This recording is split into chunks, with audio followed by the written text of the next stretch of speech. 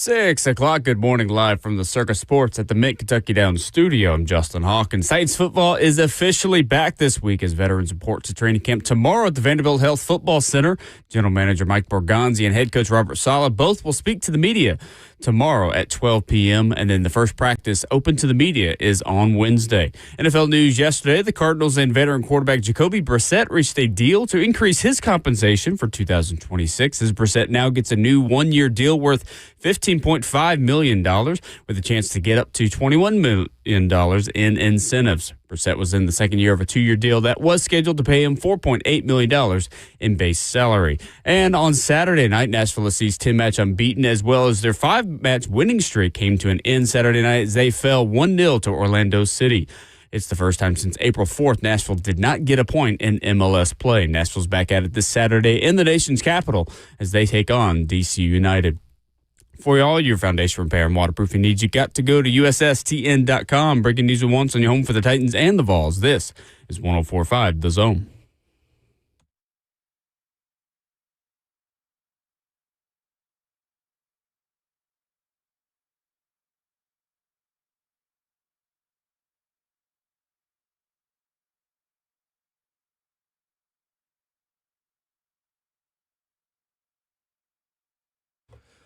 Good morning and welcome in on a humid yet lovely Monday in Middle Tennessee. Ramon Will is on your radios and your smart devices, Facebook Live, YouTube, Twitter, or Twitch. 615-737-1045, our number. Allow me to be the first to welcome you to Training Camp 2026. Report Day is here. A press conference is going to be held tomorrow, and football will be practiced by the Tennessee Titans. American rules tackle football this week. We are ready, and I know you are too. Ramon Foster, Justin Hawkins, our producer, myself, Will Bowling, on this Monday, July the 27th. Ladies and gentlemen, football is back. What's up? Good morning, Will. Way to bring us in, man. I like the way you kind of slow walked us into explaining to us what was happening this week. Because if you've been under a rock, okay, or the fact that you hadn't sat around your TV some and watched Canadian football, because I did. Why would you waste your time with that? I needed just to scratch the itch. Now, listen, it was background and was a little bit, but I needed to see what they were doing. And I said to myself, we get real American football this week. The best in the world, the best there ever was, and there'll be nothing else to ever come behind it, Will, and I'm excited for it. Because Canadian football is like having candy for dinner.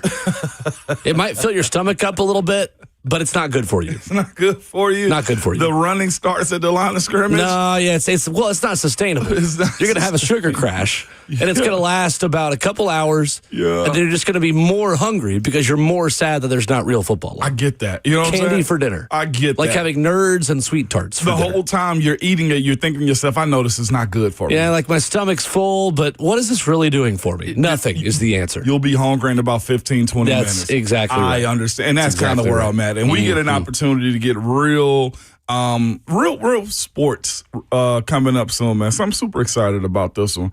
How was your weekend, by the way, before I go into mine? Because mine was... Well, I want to hear about the concert at Nissan Stadium that you and most of the rest of the world was at. I'm glad you asked. Okay. Usher and Chris Brown delivered at Nissan on Saturday night? They not only delivered, okay, I'm talking about rain, sleet, snow, or hail. They showed up. Do you understand me? Only great, but it's to be I think we'd have expected. snow in Nashville in July, so I think you're clear on that part. I think the way some of the ladies and patrons acted, it could have snowed and they'd have stayed out there. They would have stayed, is what I'm telling you, okay?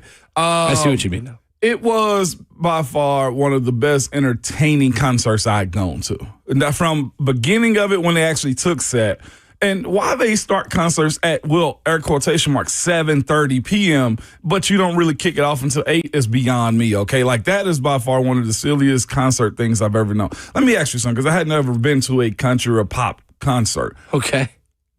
Just bear with me for a second. Okay. Do those artists start at 7:30 that they say? No. Okay. No one starts at the time that a concert is supposed to start. I was worried about my rap The opener will start maybe 30 minutes after that. 30 after. Which means that you normally get to a concert, at least in my experience, I get there between an hour and an hour and a half after it says that it's supposed to start. That's about right. Because I'm not a bit, unless I know the opener, I just don't care.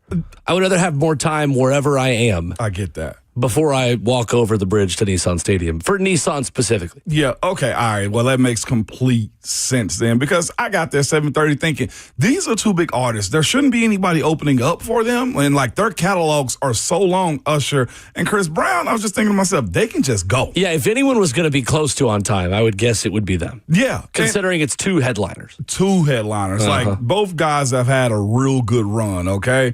Well, by the way, the startup DJ, the party starter, was phenomenal. Okay. He was their DJ that pretty much set up the concert, played all the hits. I'm talking about all the cookout songs, all the college songs. They swag surfed inside a Nissan Stadium. There you go. Not sure if you saw those images, I man. did not. I didn't see anything. Unless it was on your or Slay's Instagram story. Or a couple Titans players who appeared to be there too. I might have posted a lot this weekend. That's okay. I posted a lot. This was kind of the final hurrah before camp begins. Not only for you, but I think for a lot of people that work in football. It absolutely was, man. Well, meaning players, because I saw Julius Chestnut was there on his Instagram story. I'll tell you who we ran I can't remember what other players were there. Well, I guess you would know better than me, obviously. Yeah, we ran into towards the end of the concert, and I'm going outside. I was like, I was in the restroom, okay, and ran into Alante Taylor. That's right. I saw he was there. Alante was there, man. We sat in the hallway, talked to him for a while. We talked. I was about to exit, and then Savage walks down the hallway as well, and he was like, and Nate, Alante, and him and Savage talked for a few minutes. We got pictures. We'll probably post them later. Trying to, not blur that line between player-employee type stuff, but either way. That's a good thing. Alante and I, same fraternity, same chapter in Knoxville. He went to the University of Tennessee as well, so I think that's okay. But we talked to Alante. He took his mom, which was awesome. She enjoyed herself. So it was a real good time. But the concert in general, they went back and forth with sets and songs and stuff. And it was probably, you look at Usher's run from 1998 all the way through now. He had something. And I knew almost every single song that he had. Nice.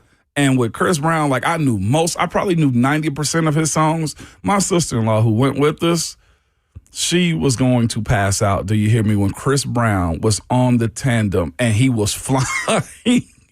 He was flying around. Yeah, I saw that. Those are the main videos that I saw. He's just out here flying. Bro, like an NFL Looked sky like Peter cam. No, he was Peter Pan. It was like an NFL sky cam, man, with him just all the way around the stadium. And it's kind of cool, though, because, I know, the whole Chris Brown Rihanna controversy aside, the fella is very talented. He can sing, he can dance, he can entertain, and I think he songwrites as well. When you speak about being in a genre that has a little bit of everything, he's got some Michael, he's got some Prince, he's got some Keith Sweat, he's got some, Marvin Gaye, and he's got a lot in him as far as his talent goes. And the same goes for Usher as well. And they had a bunch of slow songs, but they had up-tempo songs. Usher did Confessions album. Hits. It was elite though. But the coolest part of it all though, I hate when you go to concerts and people just don't entertain the crowd. Or they just get up there and just hold the mic. And I'm sure they were doing all that. They did the entire stage. They went from side to side. I'm sure. Yeah. They had a second stage up front by the little houses. Yeah, I was just say that's not a worry for them. It was, and everybody I met that knew to it, that went to it, they left satisfied. And it's rare that I feel like you go to a concert and you leave satisfied. And that one was one of them. We had a lot of good spirits that were in the suite we were in, okay? I was going to say, so if I was in a suite, which I've never been in a suite for a concert in my life, but if I was going to be, then I would get there to a concert on time because everything you would be getting at a bar or restaurant before a concert, you would just have access to there. We did. Yeah. And that was the cool part of it. So I don't blame you for getting there on time considering you were in a suite. It was a little bougie with how we went to the suite. Went to the concert. From what I saw, it was very bougie. It was very and as it should be. You deserve it. But I'll tell you this, though. The people who were in the suite with us was anything but bougie. Everybody danced. Everybody sung. Well, that's good, too. it was so loud in there, and Keisha was sitting up front, my wife. Like, I got on my phone and I called her in the studio and I sang a song to her. Okay, like that's how good I was vibing. Do you hear me? I woke up with a headache the next day. Okay. I woke up with a headache the next day. I declared that was my last time having that many spirits for the rest of the year. Okay. And my last time staying Interesting. up to 3 o'clock in the morning. Okay. And it got 3 in the morning. Wow. Yes. I'm a 10 p.m. guy at the latest. You are. Yeah. You hear me? I'm more the late night person You are. of this radio show. But Well, and Justin not by choice right now as well with a child. exactly. yeah, besides the different. Hawks' responsibilities. Uh-huh. But here's what I would say. It ended up getting extended because we went to Run's wife's lounge. It's called Jim's. It's over on Buchanan. We went Nice. there afterwards and sat there, and Savage and I had a cigar and just continued to party a little bit more at her spot. And my auntie, my sister, my little brother from West Tennessee was up here too. And I hadn't seen them in a while. Nice. So it was cool. I posted a picture of my auntie. She's my youngest auntie and probably was my mom's closest sister. One of the most southern things about you is that you call it auntie. Auntie. Yeah. But Auntie. my mom's sister, so if y'all don't know, my mom passed away in 2014 from blood clots abruptly. Like, it was the 12th anniversary, July 22nd. So that day's always real close to me. It's my little sister's birthday too. So being able to a few days later go party with my auntie was real cool. I posted a photo. I was like, my auntie was the youngest. She used to leave us to go party, and now here I am partying with her. There you and go. I put my mom's name, Wavonia. She would be proud of the moment that we had. That's awesome. It was real cool, man. I got a chance to see family and stuff. Everybody I knew was either posting about the concert or at the concert. So people from West Tennessee, my sister-in-law, my brother Renardo's wife, Shalonda, her and her sister came down as well. It's worth it, is what I would tell you. Nice. If you can go to another city to see them, I would suggest it. If you like R&B music. And here's the thing. People of all color, shapes, sizes was in there just vibing. It was a grand time. How often during your 11-year playing career would the weekend before training camp be the final fun weekend? Or would you have already shut it down typically by then? Shut it down. Oh, okay. I can't risk Right. it. So as a broadcaster and as someone that is not physically putting their body on the line, this is more normal. But my question was going to be, how many players around the league were having a final weekend like you were having? Probably, I'll be real with you, a lot of them. And then Sunday was going to be a big rehydration day. Sure. And Monday, et cetera, et cetera. I'll put it this way. I saw Alante eyes was clear as daylights, okay? Mine, not so much, okay? Just to clear up, you can still go to those types of places, and I probably would have gone, but I would have had a different mentality on partying. I wouldn't have had any spirits, but everybody probably had a weekend like this one in some capacity, either like a date night, one last club, hoorah. Because again, whenever you get to camp mode, Will, and you've seen it, it's a lockdown mentality.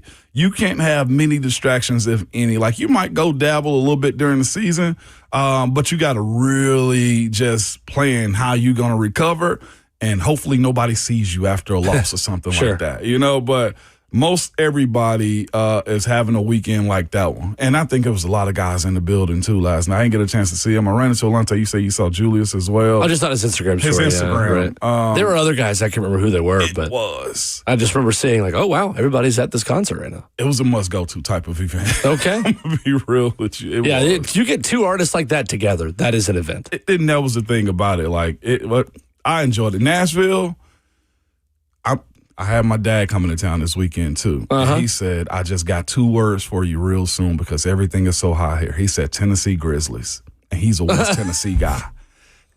Everything that happens in Tennessee needs to happen in Nashville. And yes, I'm selfish with that. I absolutely love it. 615-737-1045. Well, speaking of, LeBron James has chosen the Philadelphia 76ers. Obviously, every talking head on television and radio has talked a ton about this since it happened. We were not on air when it did happen, so we will at least discuss it for a few minutes. Plus some other NFL headlines, Nashville SC back in action. That's where I was over the weekend. We'll talk about all that as Hour 1 continues next.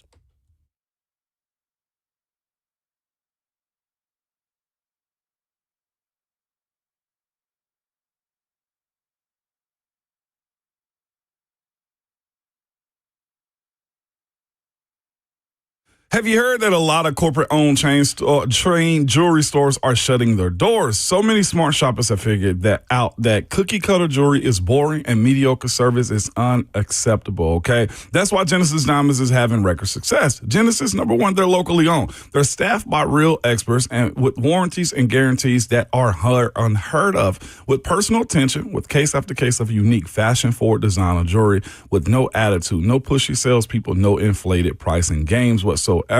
Genesis not only guarantees the best prices, but their quality is second to none. The world's top bridal designers have chosen Genesis as an authorized retailer because they meet the highest standards. Whether you're looking for a classic ring or ultra modern ring, a natural diamond or a lab-grown diamond, Genesis has options for you at every price point. And you will love the laid-back fun experience there as well. It's as far from a Wall Street corporate box store as you can get. Genesis Diamonds are located in Green Hills and Cool Springs, and also do not miss their amazing selection of luxury pre-owned Rolex watches.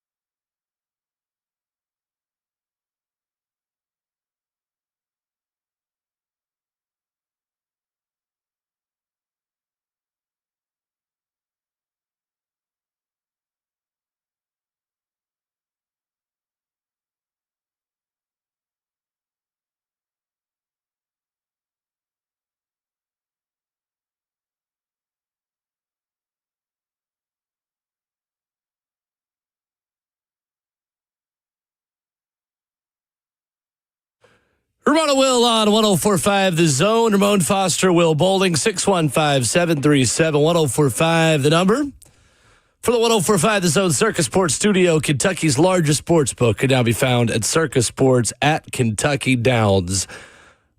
The process will now include the king.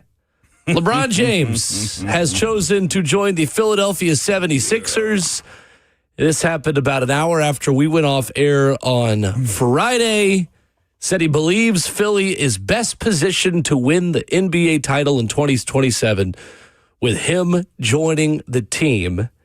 Ramon, your reaction to LeBron heading to the city of brotherly love was what? Wow. It was Golden State, Miami, Cleveland, and I even considered the San Antonio Spurs. I even considered it was just like, you know what? He can go to San Antonio. Just nobody knew. Nobody knew whatsoever. I don't think many people had the Sixers on their radar for a destination for LeBron James anyway. Like, as much as Pat Riley spoke last week about he and LeBron's relationship had gotten back better, the way the Miami Heat also had an intern of one of their IT content creators leak out the said press conference, I was just like, okay, well, he's going to Miami. I know his agency, his Clutch Sports, had spoken about, hey, he need to go somewhere where there's, preferably on the East Coast and where he could golf. What better place, Will, than Miami, right? What better place than Miami that you can go golf? Well, Philadelphia's got golf. They got a lot of golf. They got a lot of golf. And I thought about it after the fact. New York would have had golf. But it didn't come top of mind. Like, you don't think of them top of mind when you think of golf most times. At least I don't. Now, I know you're more proficient in the golf world than I am, so I defer to that. But Philly didn't jump out for me. What I say about this is as bold of a move that you can make. You got a real nice setup of young talent. You got a big man that you need as well. If Joel Embiid can stay healthy. Tyrese Maxey is one of the young studs in this league. And LeBron, I think, spoke about that relationship almost more than anything else was he and Tyrese's Maxey. He's a big fan. Big fan of Tyrese Maxey, and I get it as well. His ability to go press and defend as well. But not just him, man, but VJ Edgecombe is another one of those young stud players, too, that I think can really help keep LeBron young, put him in a position where it doesn't have to just fall on his lap when it comes down to it. I'm enjoying what this is. Again, like I said, me personally, I'm a fan of what Edgecombe is. Out of Baylor, he came up, man. He just knew he was going to be one of these guys. And in his, I think, second year last year, like, he looks the part. So I'm looking forward to seeing what this is going to be like for him. It is, to me, by far one of the best things ever. Edgecombe also a rookie this past year. So that growth with LeBron, and also I want to see this as being a part of it as well. How does LeBron help the health of Joel Embiid? Will he take the Kobe to Shaq approach? Where Kobe went, or when Shaq and Kobe got together, like Kobe used to press him all the time about losing weight, getting in shape, staying on top of your body. And LeBron, you don't last over 20 years in the NBA by, just eating burgers and wings every weekend. And I'm not saying Joel Embiid is doing that too, but if you want to play with LeBron James, the way I look at it, then you have to be in shape. And I wonder, will LeBron put him on that side of it where you see a better improved Joel Embiid as he's dealt with injuries for a while? I do think the golf thing was a little overblown. It was overblown? Yeah, he said after the fact, I will find a golf simulator if I'm in the cold. He said, my main focus has been playing a game of basketball, so I'm not sure that really actually ended up mattering at the end of the day. It was his agent that said it more than anything. Yeah, well, sure. I'd probably a little tongue-in-cheek, to be honest with you, and maybe not totally serious. But, yeah, I mean, I think it'll be interesting. I think it's a Philly market that, I mean, probably was not the most pro-LeBron city in the world. No. In his NBA career, and watching how quickly many people and fans will take to him and his just overall storyline is going to be interesting because I don't know. I'm not really sure how this is going to go. Yeah. I think it could very easily crash and burn just as quickly as it could be a success. And seeing how loyal Philadelphia fans are to being maybe the final chapter, we would assume, I guess at this point, the final chapter for LeBron James' career is going to be fascinating to watch. The question I have is, does this still count as the process? Does the process still?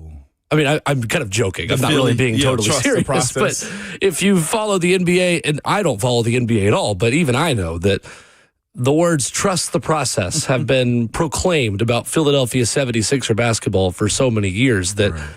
Are we still in the process, or is this a totally new process that's just beginning? It's a totally new one with this one. Okay. Because how much they traded for Jaylen Brown, they get him in the fold, so I didn't even mention his side of it. Which, by the way, very funny that he wanted to leave Boston to be more of a primary option, and now he is probably the fourth option on his new team. Because that young group that they got with Tyrese Maxey, Edge Call, most definitely, you throw LeBron in there, like he could be fourth on any given night. And Joel, here's the other side as well, with Jaylen Brown's going to have to deal with. He's got a big man that can handle and will handle the ball. And how does he make that happen? When do they let him just isolate and go score? And Jaylen Brown is out the way when it comes down to it. So I'm interested to see what it is. I was a little shocked, though, just a little bit, as basketball and football both do similar things. Like, I feel like there was a gold rush going to L.A. Which I feel like is a problem for the NFL, that guys are doing similar things to the way NBA players have been kind of running teams. Because for me personally, and for a lot of other people, I don't watch the NBA because it is so player driven.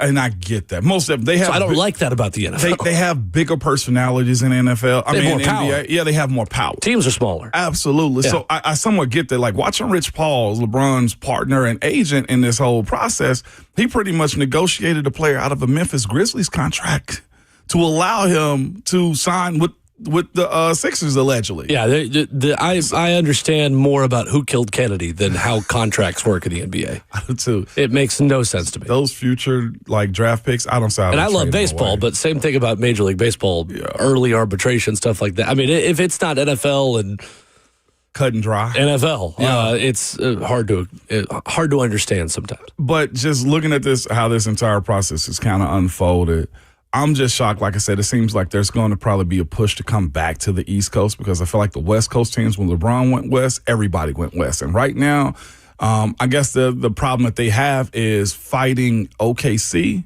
and the Spurs. And you may be better suited coming on the east side of the NBA conference as opposed to trying to fight Wemby. At least if you're on the east side, you get an opportunity to play against the Spurs or OKC in the final, as opposed to getting knocked out in the Western Conference Final. I think that's the same issues that Minnesota Timberwolves are going to deal with for a while, because they got a real good talent up in Minnesota with AE, Anthony Edwards, but there's just not enough room because Wemby's on the West right now.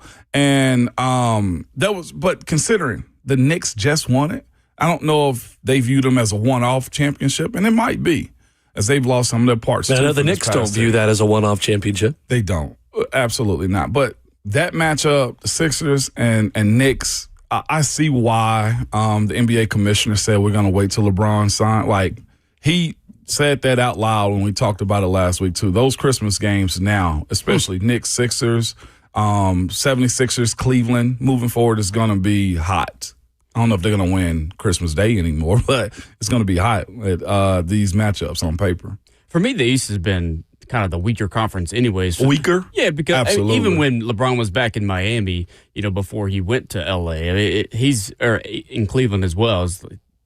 That's always been the easy way to get to the finals. Yeah. And then when he went over to the Lakers, it was always kind of, okay, how do you get through kind of the mess to get to the final? And it was always OKC, Golden State, the works like that. But for me, the process is always going to be centered around Joel Embiid until he can garner a full season. Yeah. I don't know. Good luck with that. You're gonna be looking more at the backup center than you are going to be, Joel Embiid, because he hasn't played a full season or even close to a full season or a half a season since 2022. Yeah. So you're looking at that. So LeBron's going to be playing more center, I feel like, honestly, in that starting lineup. I feel like more than Joel Embiid's going to. They just need him for the finals. I'm just interested to see how he can make it that far. I'm interested to see how quickly Philly fans turn on LeBron. Oh, it's different there. I don't know. Maybe they won't. Maybe they'll be the ultimate LeBron lovers now, but that's a different kind of fan base and city to play in. So we'll see. I know everybody's talked so much about this over the weekend that I don't want to spend too much more time on it. No, but it's cool, though, because when you look at it, they're like, they've turned on Jalen Hurts, right? Like AJ, they were done. AJ Brown, they ran out of They were town. done quick. Sirianni. AJ Brown also kind of ran himself out of town the did. way he crashed out. It's also not like they're committing a lot of money to him. It's 2 years at $8 million. It's not even that right, much. but also he's a minimum. distraction. Is the way I think Philly. I mean, listen. Logic does not enter Philly fans' thought processes. Lack of a better term, processes. When we think about these things, I mean, at the end of the day, if this doesn't work, it's not going to be about the money. Yeah. It's going to be about the overall distraction and just aura and cloud of LeBron James that's hanging over that organization. And it's the ring. Like, that's most definitely, I think. Can he actually get him a ring? Like you said, what the moves that he and Rich Paul are going to make for Philly moving forward. We overuse the term championship or bust, but the Philadelphia 76ers over the weekend and adding LeBron James became one of those franchises in professional sports in the United States that are legitimately championship or bust. Here's the issue that they got to have on the Eastern Conference side of it, though, too. Detroit Pistons got a real strong team. They should be coming back just as good as they were last year. Knicks, I don't know if they're going to be that It's a wild strong. statement. It's No, the fact that the yeah, Pistons I are that know. good. But, Which is in, I mean, I believe it. I don't watch it, but I know the what's crazy is records. the market hadn't really shown them to be this good. Like, everybody's going with the Knicks or Philly like last year and even Cleveland. But everybody looked at Detroit, and I think you see what they have. Yeah. And that's where LeBron, like, you can't count it as an automatic championship. Commenter on YouTube says, Philly is a winning city. Work hard and don't be a crying diva. You will be loved. All right, well, let's think about two things. First and foremost, how many other cities would you say that about being a crying diva? Philadelphia probably has a different definition of diva than a lot of other cities. So that's number one. Number two is, what has LeBron James been for a lot of his career? A diva. That's kind of the whole point. Hey, I thought that was like a little like sarcasm right there. No, yeah, like, I mean, that thought that to was the commenter who says that, like, you're kind of proving my point. Like, we wouldn't say that about many other cities.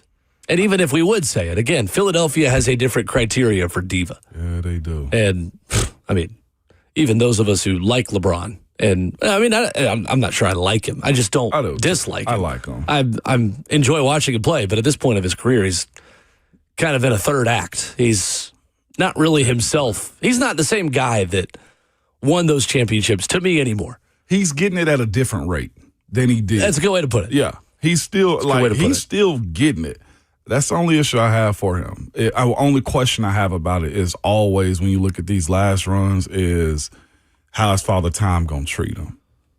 Like, it's going to be more, I ain't going to say more physical in the Eastern Conference, but when you look at Detroit, you look at New York, you look at Miami, you look at Cleveland, like, it's going to be a little bit more physical still. Well, I'm sure that the lovely folks at Four Letter Network ESPN will do plenty of talking about it, so we don't have to. Boy.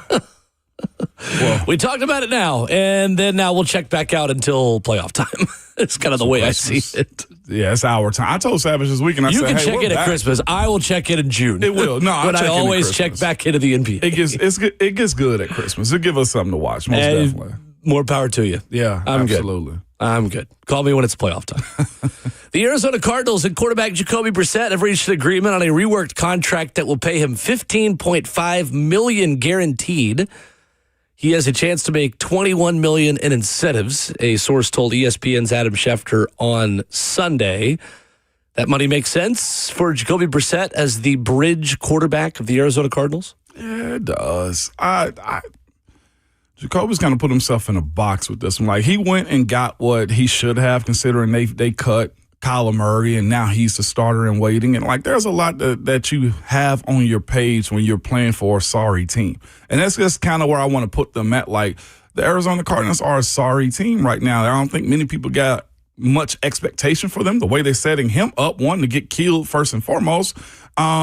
But they're also setting themselves up to be the number one pick going into next year, or at least top 3 pick with what they have in front of them. They play in one of the harder divisions.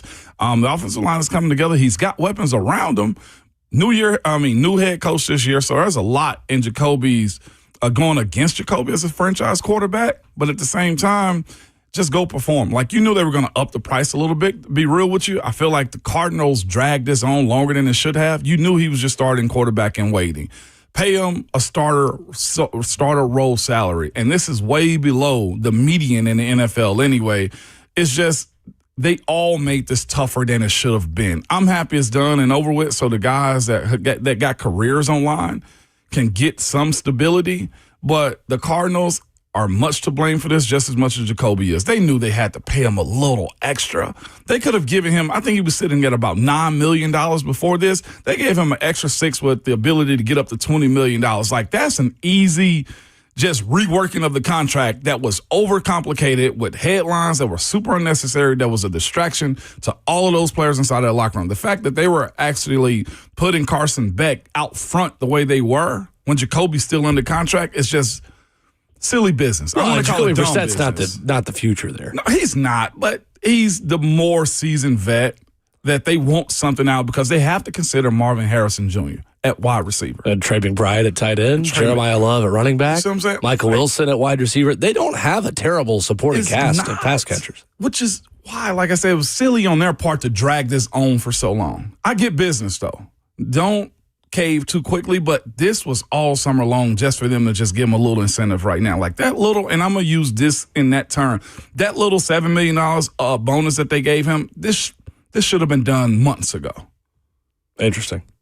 Well, I mean, they do have the seventh most cap space in the league, according to Spot Track, at $34.8 million at this point of the offseason. For perspective, the Titans have the most cap space. Or the second most cap space at 53.3, and San Francisco has the most at this point, which is a little surprising. With that being said, though, here's my other question. Does Jacoby Brissett finish the season as the Arizona Cardinals starter? Heck no. Oh, you're paying a lot of money for a guy that's not even going to finish the season as the starter. Drop in the bucket. It's just formalities of it. From the Titans' perspective, does this take away a team that could have traded for Will Levis? Or do you think Arizona could still trade for Will Levis? Probably is settled now, especially as many reps as Carson Beck got. Carson Beck, Gardner Minshew, Keaton Slovis, the quarterback room behind Jacoby Slovis is Brissett. there too. Yeah, I think Levis is out. You say that like Keaton Slovis is going to factor into playing football this year. It was like, ooh, Slovis, just a name. It's just a name. It's just a guy. Just a guy to throw some footballs at a practice field. A jag. Respectfully. And I have a lot of respect for those people, but no doubt. I did perk up a little bit. yeah, but why does that get your attention? Is that a guy we need to know, Ramon? No. I'll tell you, it's not. It's not. It's like Will and Christmas Day basketball. No, we did not need to be informed. We do not care. I'm good. I'll be watching football on Christmas like the rest of it. But The rest of America. you have to call me out on the Keaton Slovis part. It's like, ooh, you like that was breaking. Why did that catch your eye? Go to break. 615-737-1045. Our analysis is done here. Nashville SC's winning streak came to an end over the weekend. We'll talk about how coming up next. Keaton Slovis.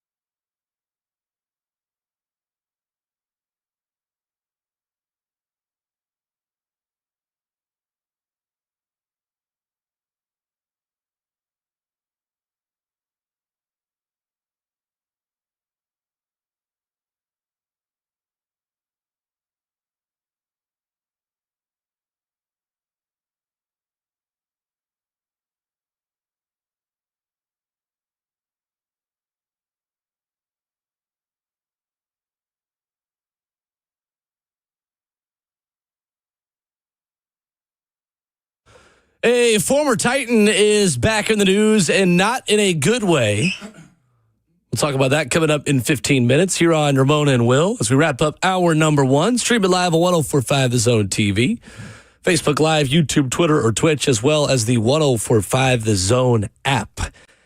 Nashville SC falls 1-0 to Orlando City over the weekend. The boys in gold suffer only their second loss of the season and still lead the MLS standings as we wrap up the first half of the season. Boys in gold have still won 5 of their last 6. This is the first time they lost in MLS play since April the 4th over the weekend. Ramon was in the building for this one as Antoine Griezmann, former World Cup winner, made his debut, and a former Lipscomb striker, Tyrese Spicer, scored the winning goal in the last 20 minutes. The boys in gold now have a 2-point lead over Inter Miami at the top of the MLS standings. I have to just ask a question, like what happened as we saw Nashville SC in their last homestand win or score in the 78th minute. What happened as far as a breakdown for this from 76 minutes into it? Was there anything in particular? Just one of them games, man, where it just wasn't your night. Yeah, it wasn't their night, but I mean, it wasn't really Orlando's night either until the one chance. Neither team really had a lot of opportunities in this game. Nashville had a shot on target right before the Orlando goal and was starting to grow into the game a little bit, but I think it's really difficult and really challenging, the schedule that Nashville had to play out of a 2-month break. And I think that caught up to them a little bit. Yeah. It just wasn't as cohesive in the final third as it typically is for Nashville SC. I thought that they got the ball into dangerous areas, but they just missed that final pass. And you're changing a lot of combinations. You're changing a lot of the names and numbers and faces that are in the final third. And that's not an excuse for NSC because every team is battling injuries at this point. And I think a lot of teams are struggling in the same way that Nashville is, just to find some level of consistency and kind of knock off the rust a little bit after 2 months off. It's not normal to have 2 months off in the middle of a season like this, but really it just came down to one moment. And a young striker in Justin Ellis who made a good run, found Tyrese Spicer who finished his chance. It was just always the way those teams were playing each other. It was always going to be a game where 1 or 2 chances to find the game, and unfortunately, Orlando took its chance. No doubt. And we kind of spoke a little bit about this, just the win streak side of it as well. Like, it's one of those things in sports where you kind of feel the hammer drop at one particular time, and like this type of loss right here, it's for a team that you could have or should have beat. You just kind of reevaluate yourself and go and say, you know what?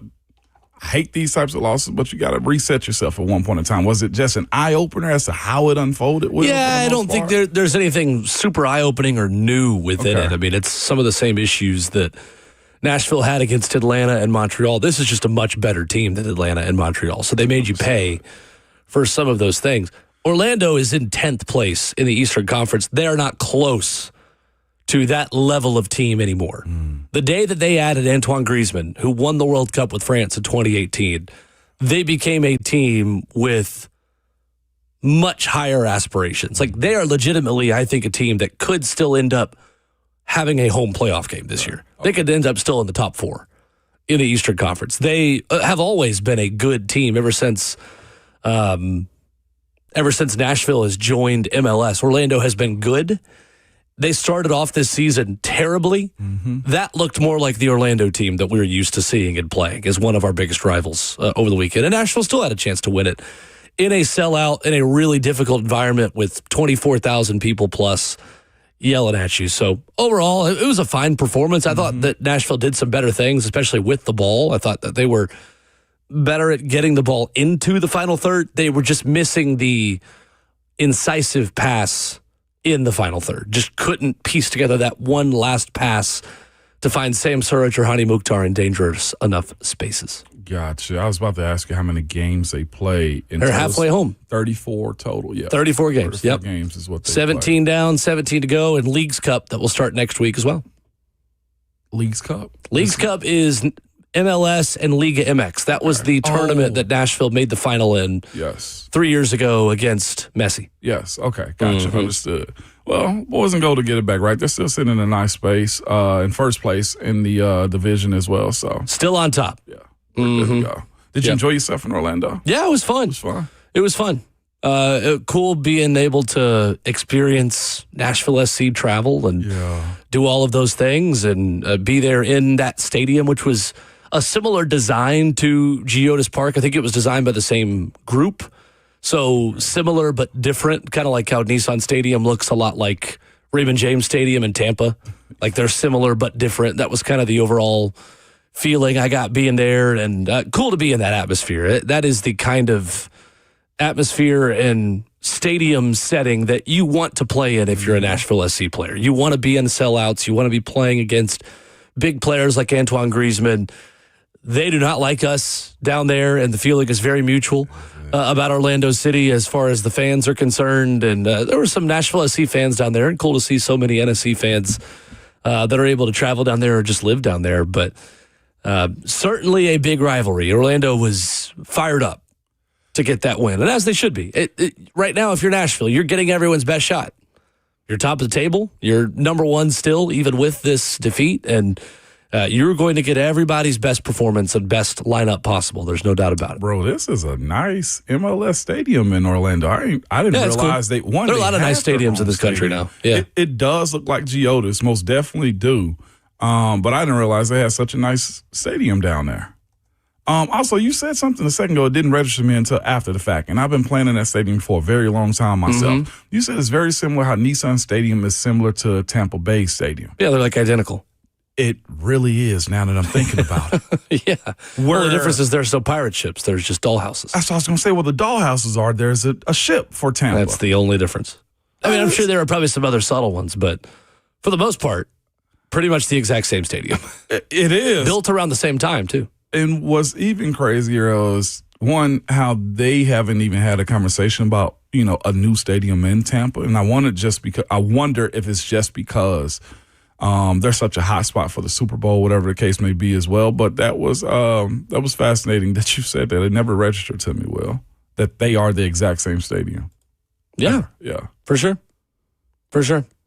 615-737-1045 is our number. What is the first week of training camp like for an NFL player? We'll ask Ramon about that as we begin hour two. Plus, a former Titan is in the news for the wrong reasons. You'll hear that coming up next.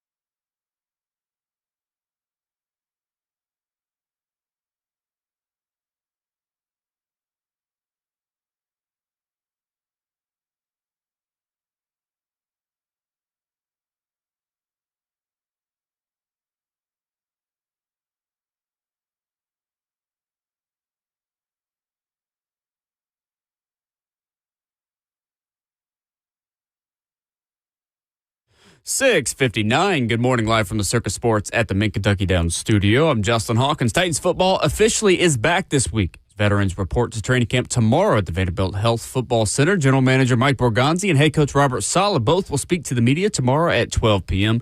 And then the first practice, which is open to the media, will be on Wednesday. NFL news yesterday, the Cardinals and veteran quarterback Jacoby Brissett reached a deal to increase his compensation for 2026 as Brissett now gets a new one-year deal worth $15.5 million. It has a chance to get to $21 million with incentives. Brissett was in the second year of a 2-year deal that was scheduled to pay him $4.88 million in base salary. And on Saturday night, Nashville SC's 10-match unbeaten as well as their 5-match winning streak came to an end as they fell 1-0 to Orlando City. It's the first time since April 4th that Nashville did not get at least a point in MLS play. Nashville's back at it this Saturday in the nation's capital as they take on DC United. For all your foundation repair and waterproofing needs, you got to go to USSTN.com. Breaking news at once on your home for the Titans and the Vols. This is 104.5 The Zone.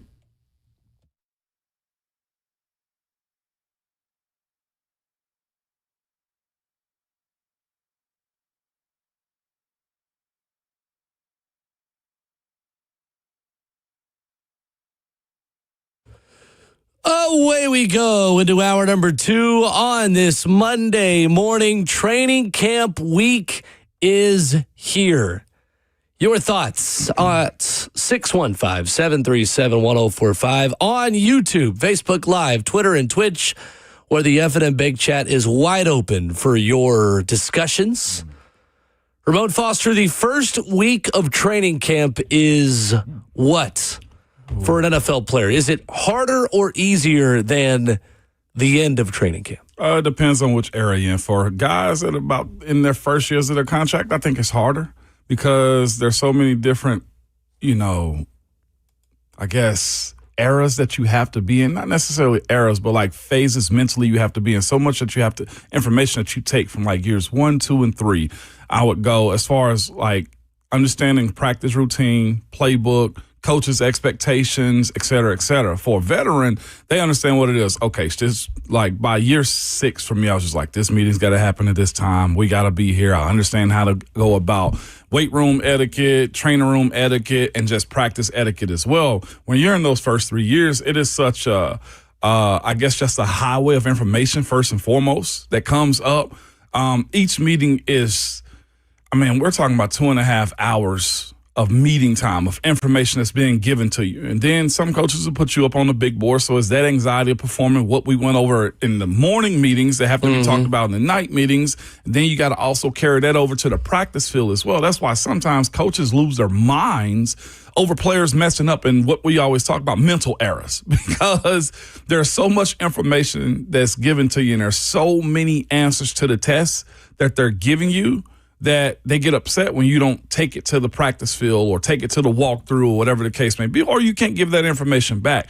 Like, the physical side of the game is, I don't want to say it's the easiest part because I think that's the hardest. You're just so used to it. It is the retention of information, especially within those first few years, that kind of, it'll bury you, is what I would say. It would actually just bury you when it comes down to, what am I supposed to do on this play again?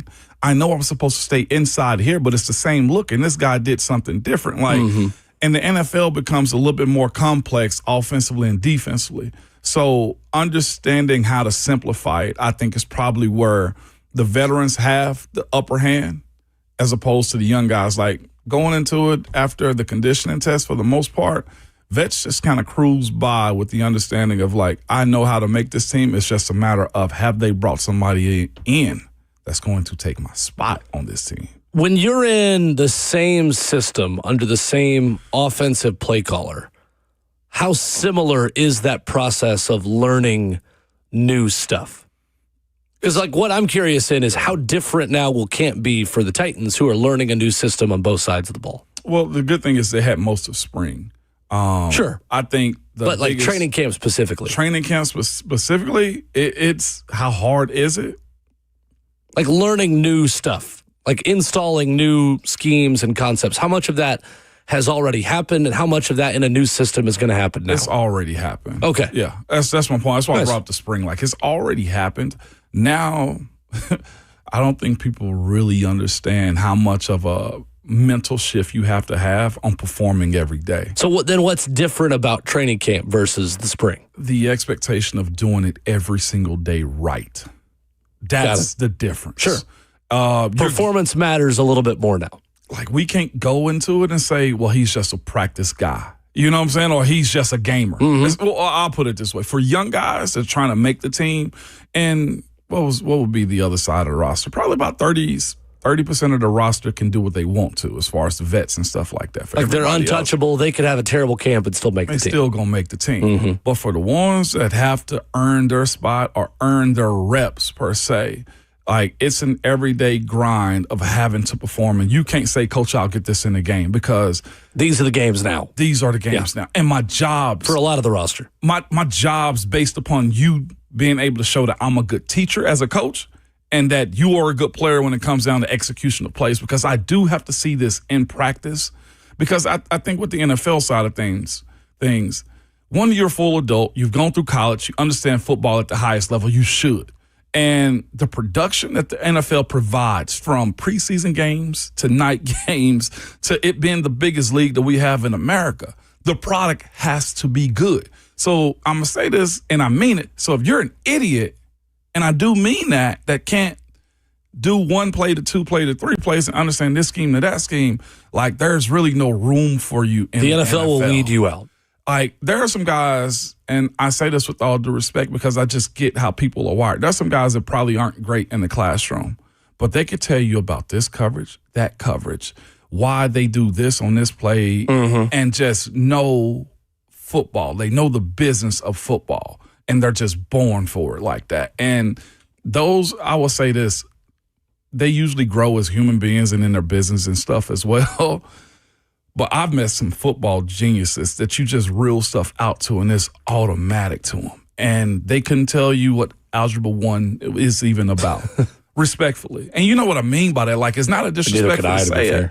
Well, that's a lot of us. Or geometry angles or whatever. MDOS, please excuse my dear Aunt Sally. That's the order of operations, about all I got. You know what I'm saying? Like, I can sing the quadratic equation because it's a song. That's about all I can offer. I've done that, though. But, like, that's the point, though. Like, some guys do football in a very special way, and they're the bright stars that you have to have on your team. But you might have to watch them in the offseason as well, you know, like making good decisions and stuff. So you mean people like T'Vondre Sweat? Who is back in the news for the wrong reasons, and maybe the reason why he's not a Tennessee Titan anymore. The Jets made 3 moves Saturday ahead of the start of training camp, and they placed T'Vondre Sweat on the active/non-football injury list. Zach Rosenblatt of The Athletic says that T'Vondre Sweat has a minor hamstring injury that is not expected to keep him sidelined very long. That's the good part for him. But a guy like T'Vondre, any time off is never good for you when you have some size on you like he do with many other guys in this league as well. A Uh-huh. hamstring issue, I'll just give you a little bit of the life behind closed doors. In the NFL, man. So it's funny, for a big guy to pull a hamstring or to have a hamstring strand. We had a coach that I played with. He was assistant coach. And anytime a big fella would get a hamstring, he'd be like, damn, I didn't know you could pull fat. Meaning you're too big to be pulling the hamstring. Why are you running that fast? But it just shows again, man, it could be a multitude of, it could be a variation of different things. It could be dehydration as to why that happened, or he could have overextended himself doing lunges. It could be anything that could have happened. Been jumping up and down at Chris Brown or Usher concert. It could have been that. You just never know. He could have been celebrating the Knicks parade. I mean, it was a non-football injury because he is on the non-football injury list. So he's pulled his hamstring doing something. See, we're not going to do this, Jeremy. He said he pulled his hamstring while chasing the ice cream truck. We're not going to do this. These would be the jokes that happen in the O-line and D-line room. Like, that to me is also the beautiful part of training camp. You're around each other so much, you get comfortable to make these types of jokes. Yeah. And that's probably the best part. Like, don't be injured in training camp, even though you are, but that type of stuff would happen. The best joke that this said coach had was, dang, I didn't know you could pull fat to a big guy, but it is what it is. We got muscle, too. How big of a red flag is that for T'Vondre Sweat in New York? medium. It's same. I think it's a yellow card, same as J.C. Latham. It's a yellow card. Considering they're already reporting he won't be out long. I think this is a little bit of a bigger deal than J.C. Latham's. You do. I just feel like Tavondre's got a little bit more of a history of not being totally locked in. I mean, last year he had the, tonsil stuff going on around camp that he, for whatever reason, got out during camp. Yeah, it's the same problems that you're having. Like, you can't be a young guy with this much maintenance around you is what it is for him. And moving to the system, which they gave up some capital to get Tavondre, I think it also shows you as well just the shift that Coach Saleh wanted in his team as far as the types and body types that he wanted around. Sometimes you just say to yourself, like, these types of things just kind of happen. The issue that a guy like Tavondre have, it can't be him that's having these types of issues. With the new team already, I don't want to say you have the Titans in a situation where they've given up on, but he's in his rookie contract and they've chose to move on from. So, yes, the reality of it is the Titans pretty much gave up on his potential and what he could do here for this team. Even with the changing of defensive schemes, I don't think he matched it. But he was still a high-round pick that is now on a different team. And that's the reality check that Tavondre has to have as a player. You are a second-round pick. That is a heavy still investment into you. And the fact that your original team has chosen to move on within months of even seeing you, that's the problem. So, yeah, he's on a different, I guess, trail than what JC is. And I think there's much more to prove for a guy like him. But again, they're going to need him. We'll see what he looks like week one. If this lingers on, he's going to have to hit next offseason with a different mindset because there's so much chasing to be done. Like, again, I brought this up last week. We was talking about how do you get ready in this last week. When you find yourself injured or having a little bit of a setback, like football conditioning is a thing, but also cardiovascular, like conditioning plays a part into you getting into football shape. Having soft tissue injuries like a hamstring as a big guy this time of year is a little bit more of a red flag just because it begs the question, okay, well then what have you been doing all this time? It does. It just in general, I mean, beginning of camp, soft tissue injuries, Ramon, how often does that pop up because someone hasn't been training the way that they were supposed to over time away from the facility? I would say probably more often than not. Yeah. When it happens right at the beginning of camp. But by that time, like I said, at the beginning of camp, he should be settling down and getting massages and working through these, like the That's what I'm saying. Like the fact that this is happening right before camp, to me, if I'm a Jets fan, is a red flag about the guy that we've traded for. I don't think he should have still been ramping up however he pulled this hamstring. Like, he should be just strides, not sprints at this point in time. Now, again, here's the other part, though, for him. At his position, conditioning plays a huge part in it. So I'm interested to see how he gets off the training table and if there are good reports on one. We'll see automatically how his body looks, if he's met their offseason requirements of getting in shape, too. But there's a long way to week one, is what I would say. I'm interested to see if he's going to be available to them with, I guess they would probably call a grade 1 hamstring strain. Pete Thamel reporting a few minutes ago that North Carolina football has placed general manager Mike Lombardi on paid administrative leave. What? Maybe he's got more time to come back on the show. We used to have Mike on periodically. Not the 33rd team. Not the 33rd team having administration issues. No. Paid leave? Paid administrative leave. Nah, not the 33rd NFL team. Not them. They're not having them. Who put them on there, Jordan? They released a statement saying UNC has placed Michael Lombardi, general manager, on paid administrative leave effective immediately. As is standard procedure with personnel matters, leadership, staff, and student athletes are prohibited from addressing this topic further and has no reflection on the merits. Lies. Okay.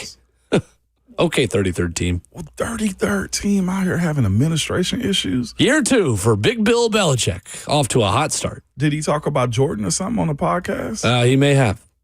He may have. Maybe he didn't show up to one of her adult cheerleading meets. You stop it right now. You stop it right He had a now. ticket reserved a Will call, and he never called. 615-737-1045. There is a quarterback battle at Titans camp. No, not for quarterback 1. Maybe not even for quarterback 2. Maybe it's just a battle for Will Levis to earn a move elsewhere. What is the perfect scenario for Will Levis from the Titans' perspective and from Will Levis's perspective? As we enter training camp, with that being one of the top storylines of camp that starts this week, we will talk about that coming up next.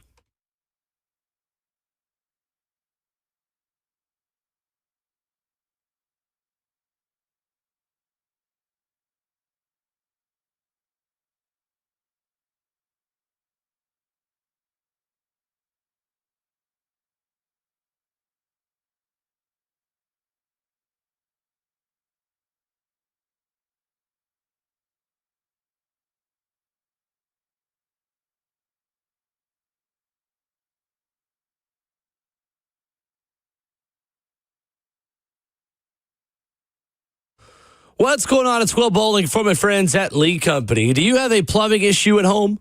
Whether it's a leaky faucet or a clogged drain, maybe just a water heater that's gone cold, the plumbing professionals at Lee Company have your back.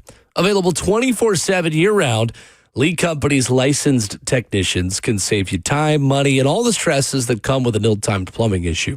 You can contact their award-winning team online at leecompany.com. That's leecompany.com, the folks with over 80 years of experience in Middle Tennessee. Lee Company has 16 community locations in Tennessee, Kentucky, Alabama, and Georgia. The best part, they are available anytime a problem pops up around the house. That's because they're available 24/7. With over 1,800 team members and over 80 years of experience, head online to leecompany.com for that plumbing issue at home. That's Lee Company, all you need.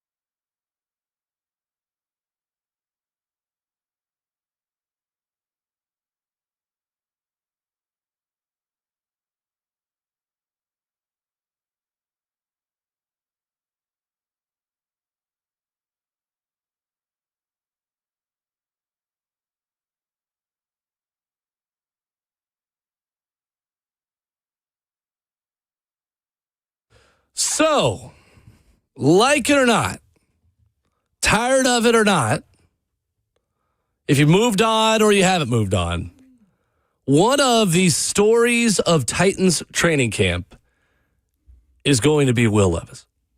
Yep. Whether you are a Will Levis fan, whether you are a Will Levis truther, whether you just don't care anymore, Ramon, it's going to be something for us to discuss and cover. And I'm happy to, if I could be real with you. As Titans training camp begins this week. Why is that? I'm happy to. And I'm going to say this, and the league ain't fair. The NFL is not fair at all. You get what you earn and deserve in this league. But I will say this, though. As coaches and as a staff, you can't just leave somebody out to dry when it comes down to you being their coach. It's the way I look at these situations. There has to be an attempt for them. And that's the way I say as far as Will Levis is concerned. I think any staff that has a quarterback like him in a franchise that's his original one, you kind of owe it to him to put him in the best position to be successful, even still, because you want to be a coach that's the players recognize are in their corner no matter where you are on the depth chart. Because the other part of it is players have to believe that you have their best interests in mind, or you create that narrative around yourself that, man, you don't want to go play for that coach. They have their guys, and that's just their guys. It shouldn't be that way.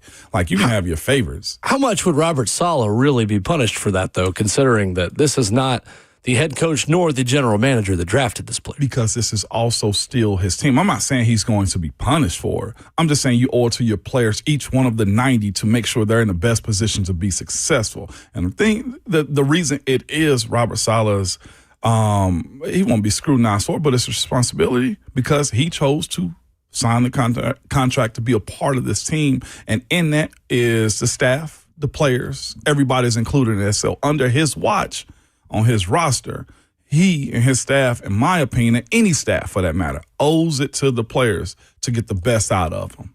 Is that more of an indictment? Indictment's not even the right word. Is that more of a reflection on Robert Saleh and the coaching staff or the front office? Because at the end of the day, it's not up to Robert Saleh to trade or not trade Will Levis. It's up to Mike Borgonzi and the front office. It's twofold for me in this, though, too. One is their responsibility to be fair for him. It's also this franchise's as well, because they inherited him either through an old regime or it was an old regime.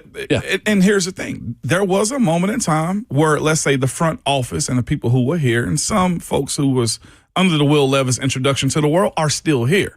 My point of it is there needs to be fairness in this that allows Will Levis to show his talent. Now, here's the other part that's on the player.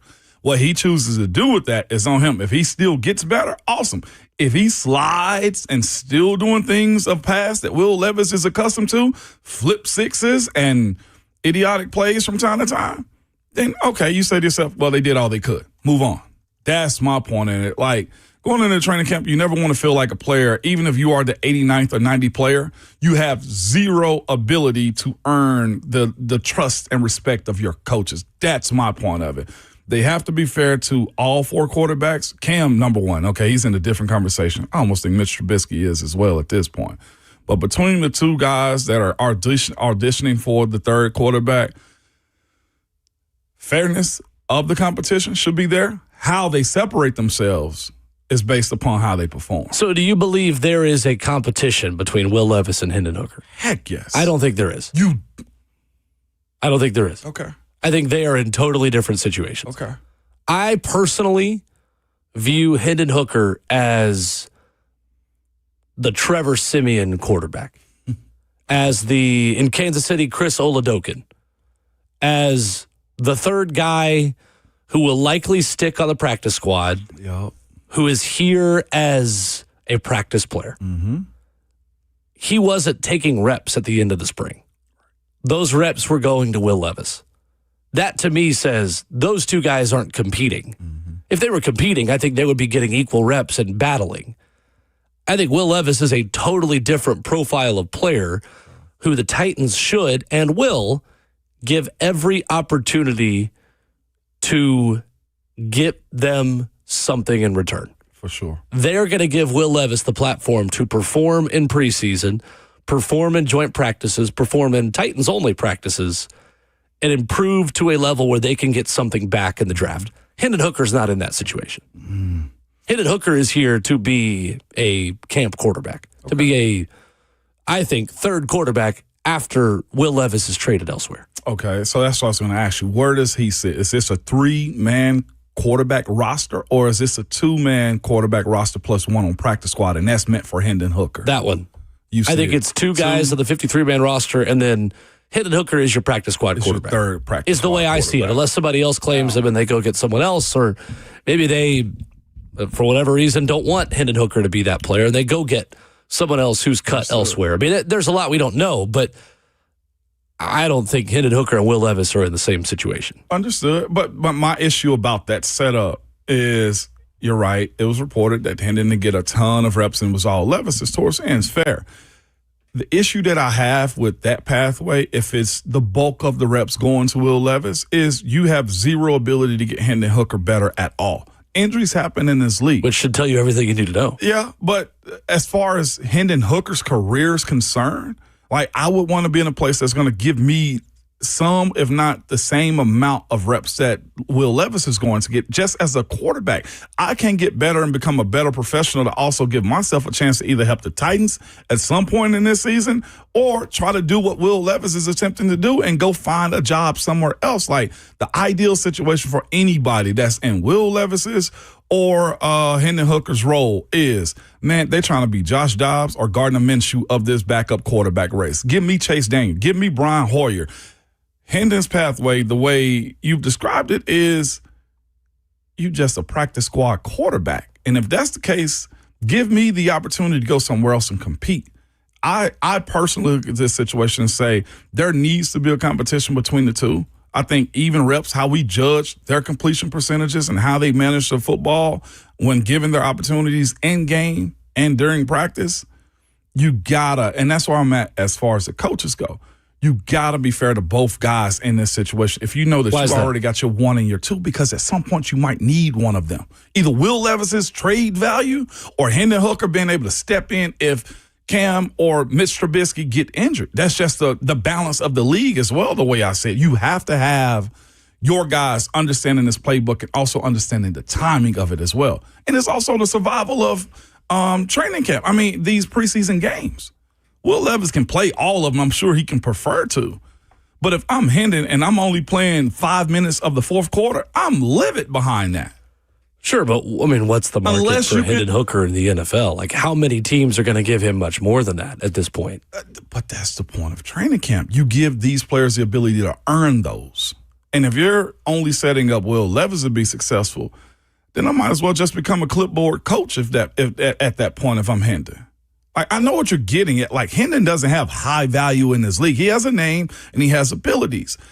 As a coach, you still lie on that pathway for your players. Sure, I'm here to coach you up still. You say Hendon Hooker has a name. I mean, his name means practice squad quarterback right now in the NFL. That's what Hendon Hooker has always been. Yeah. I mean, ever since the Detroit Lions could have had him back up Jared Goff. Jared Goff gets banged up, and then they signed Teddy Bridgewater over Hendon Hooker. I mean, the Titans are using Hendon Hooker the same way that every other team who's had Hendon Hooker has used Hendon Hooker as a third quarterback. Most definitely. But you look at the Teddy Bridgewater side of it, too. They were still in the playoff hunt and having the ability to go with a veteran guy. Sure, but if they'd believed enough in Hendon to be the quarterback to lead them forward, they would have, I mean, they were the ones that used a draft pick on him. And yet, again, I love Hendon Hooker. I have a Tennessee shirt on today. I love Hendon Hooker, but the reality is the NFL has told us what Hendon Hooker is at this point. He's a third or fourth quarterback on a roster that's likely going to stick in a practice squad. So I'm not sure the Titans are setting him up for any sort of success or failure compared to what the other 31 teams would give Hendon Hooker. Like, where else is he going to go that is going to give him a bigger opportunity? At least have the ability to audition yourself here as a guy. I think they will. But the same thing could be said about Will Levis for that matter. Like, we know what the NFL has said about him. Sure, but what they say about him is different. We know what, 100%. I mean, he's been a starter. Hendon Hooker's never been a starter in this league. That's the one up he Will has Levis on. is still, it's a big one up, though. He's still a reclamation project for some quarterback guru out there to say, I could maybe fix him. I get that point of it Hendon as well. Hooker is not that, with all due respect. The way I look at the Will Levis situation is even with some of this practice reps here, like you know what you are still getting. I see more optimism and the ability to grow with Hendon Hooker than I do with Will Levis. Here, yes, but that's because Will Levis we've already played this game with Will here. Hendon Hooker is a third quarterback. 100%. Mitch Trubisky is the backup quarterback for this football team. Somebody else could pay Will Levis to be their backup. I wouldn't say that about Hendon Hooker. That's a little rich. Now, again, that's my point of it all. I mean, am I wrong? No, you're not wrong on that. Will Levis is a QB too somewhere, just not here. The longer Will Levis is in this role, the longer that he's going to also be a third quarterback non-starter for NFL teams moving forward. He, to me, is of the conversation of Trey Lance. Like, you saw what it could be. Who's a backup quarterback Zach now. Wilson. Yes, but that's what I'm saying. But if we're speaking about backup quarterbacks, Hendon fits in that mold as well. I don't think so. But here's the thing. You have to give him the abilities to compete here to show that he's capable of it. That's my point of it all. Like, saying that Levis is supposed to get 90% of the snaps is flagrant to the professional that Hendon's trying to become, is my point of it all. I mean, it was the spring. I'm not sure that happens now. 100%, and I'm with that. Like, Hendon Hooker may still... I mean, do you think he gets more reps in training camp than he did in OTAs and minicamp?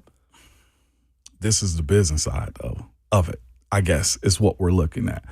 If you're trying to make a shiny statue of Will Levis for trade purposes, Hendon probably gets less reps. I mean, what's more important, the draft pick you could get back for Will Levis or giving Hendon Hooker a chance to prove himself? Both, in my opinion.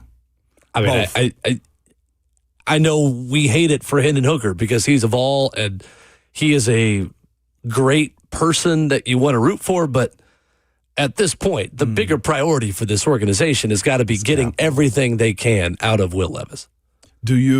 It's just the reality of it. I mean, it's not fair to Hendon Hooker, but also he knew what he was signing up for when he signed here. Yeah, just an opportunity. I don't think they've pulled the wool over his eye. I mean, they weren't promising him to be the backup quarterback, and then all of a sudden it's don't throw. Like, I would imagine that when Hendon Hooker signed with the Tennessee Titans, he knew what he was getting into. I mean, yeah. He was the fourth guy on the depth chart when he got here. He's a practice squad type. Yeah, right. As it stands. Exactly. But so, in my personal opinion, like, I do think there's something left for Will Levis. I do too.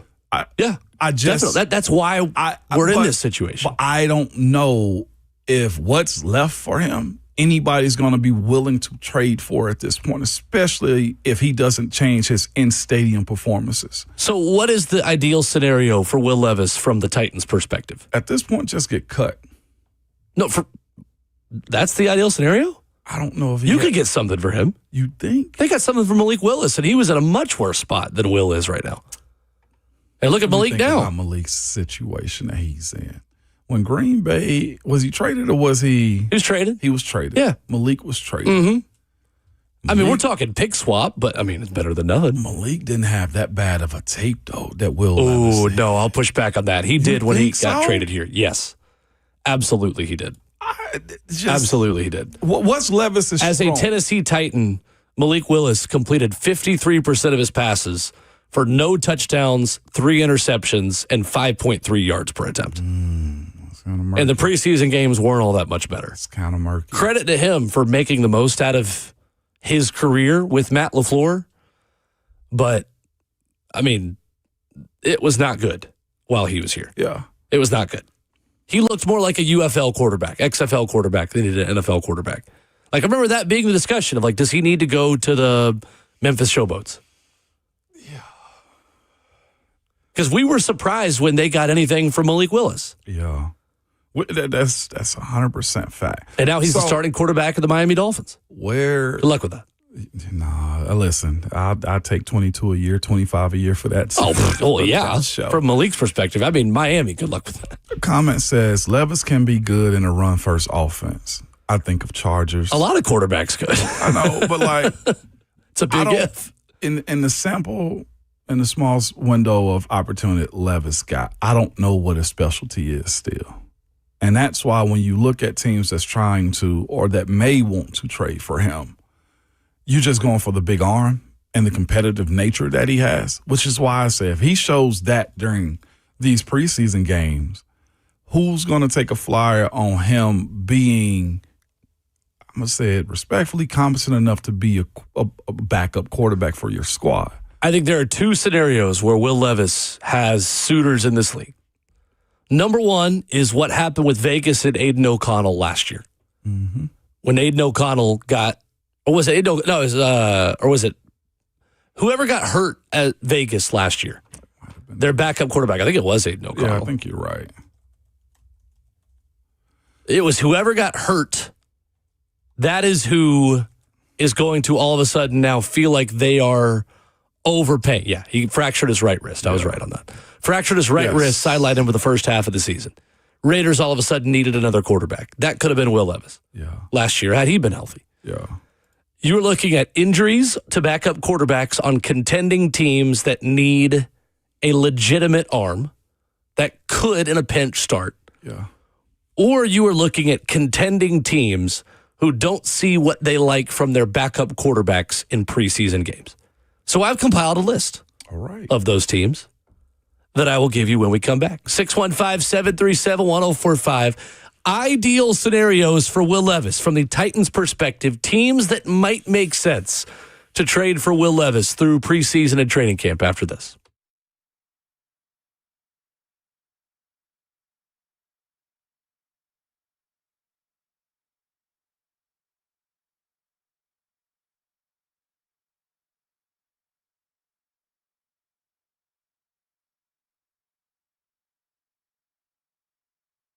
In this market, if you are planning on moving, you need a local agent with years of experience and a proven track record. You don't need that for sale sign that's been gathering dust around your neighborhood.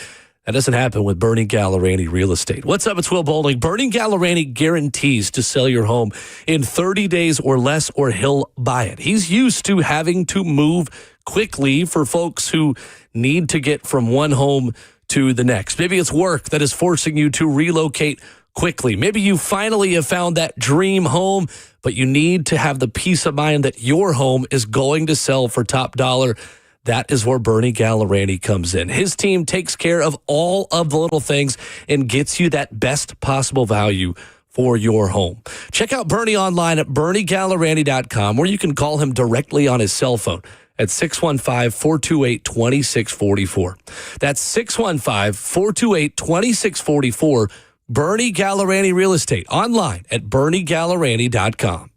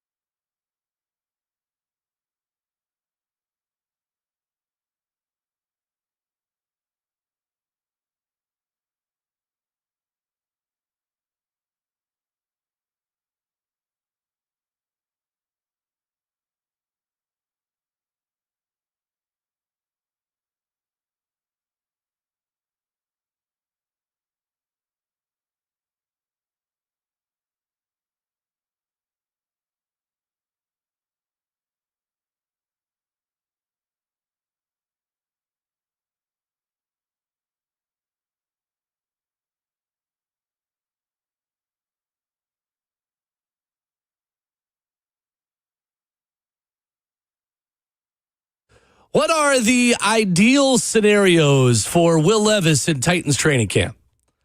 As Ramon Will continues here, wrapping up the first half of the show. Your thoughts at 615-737-1045.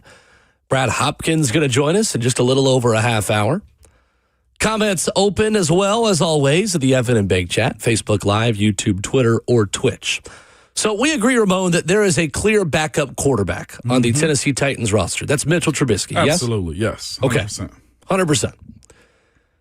These are the teams I think could be interested in Will Levis during training camp and preseason. And what I did was I found an article from CBSSports.com ranking the worst backup quarterback situations among contending teams in the NFL. And the article I found had the Buffalo Bills as the worst backup quarterback situation in the National Football League. Kyle Allen is the backup quarterback of the Buffalo Bills. You know who Buffalo's quarterback's coach is? Yeah. The pride of Jackson Central Mary High School. JCM. Bo Hardigree. That is Bo Hardigree. That is Bo Hardigree. He went back to college and got his Bo Hardigree. Kyle Allen last started a game, week 13 for the Houston Texans in 2022. He completed 51% of his passes. Perfect. If Kyle Allen struggles in preseason, hello. Makes sense. I think Buffalo could be a potential suitor. It's just a lot of pressure dealing with that Buffalo crowd. But moving on, I like the idea of him being with Bo. Did Bo get much of him last year on infield? No, he did not. No, Levis was out last year. Would have the year before. Yeah. In year one of the Callahan era. Yeah. So someone with a little bit of familiarity there. Yeah. The Detroit Lions still have Teddy Bridgewater as their backup. He turns 34 this year. Quarterback years. It's not old, but yeah. LA Chargers. Justin Herbert has DJ Uiagalelei and Trey Lance. Mike McDaniel, the offensive coordinator in LA now, remember, for the Chargers. Yeah. New England.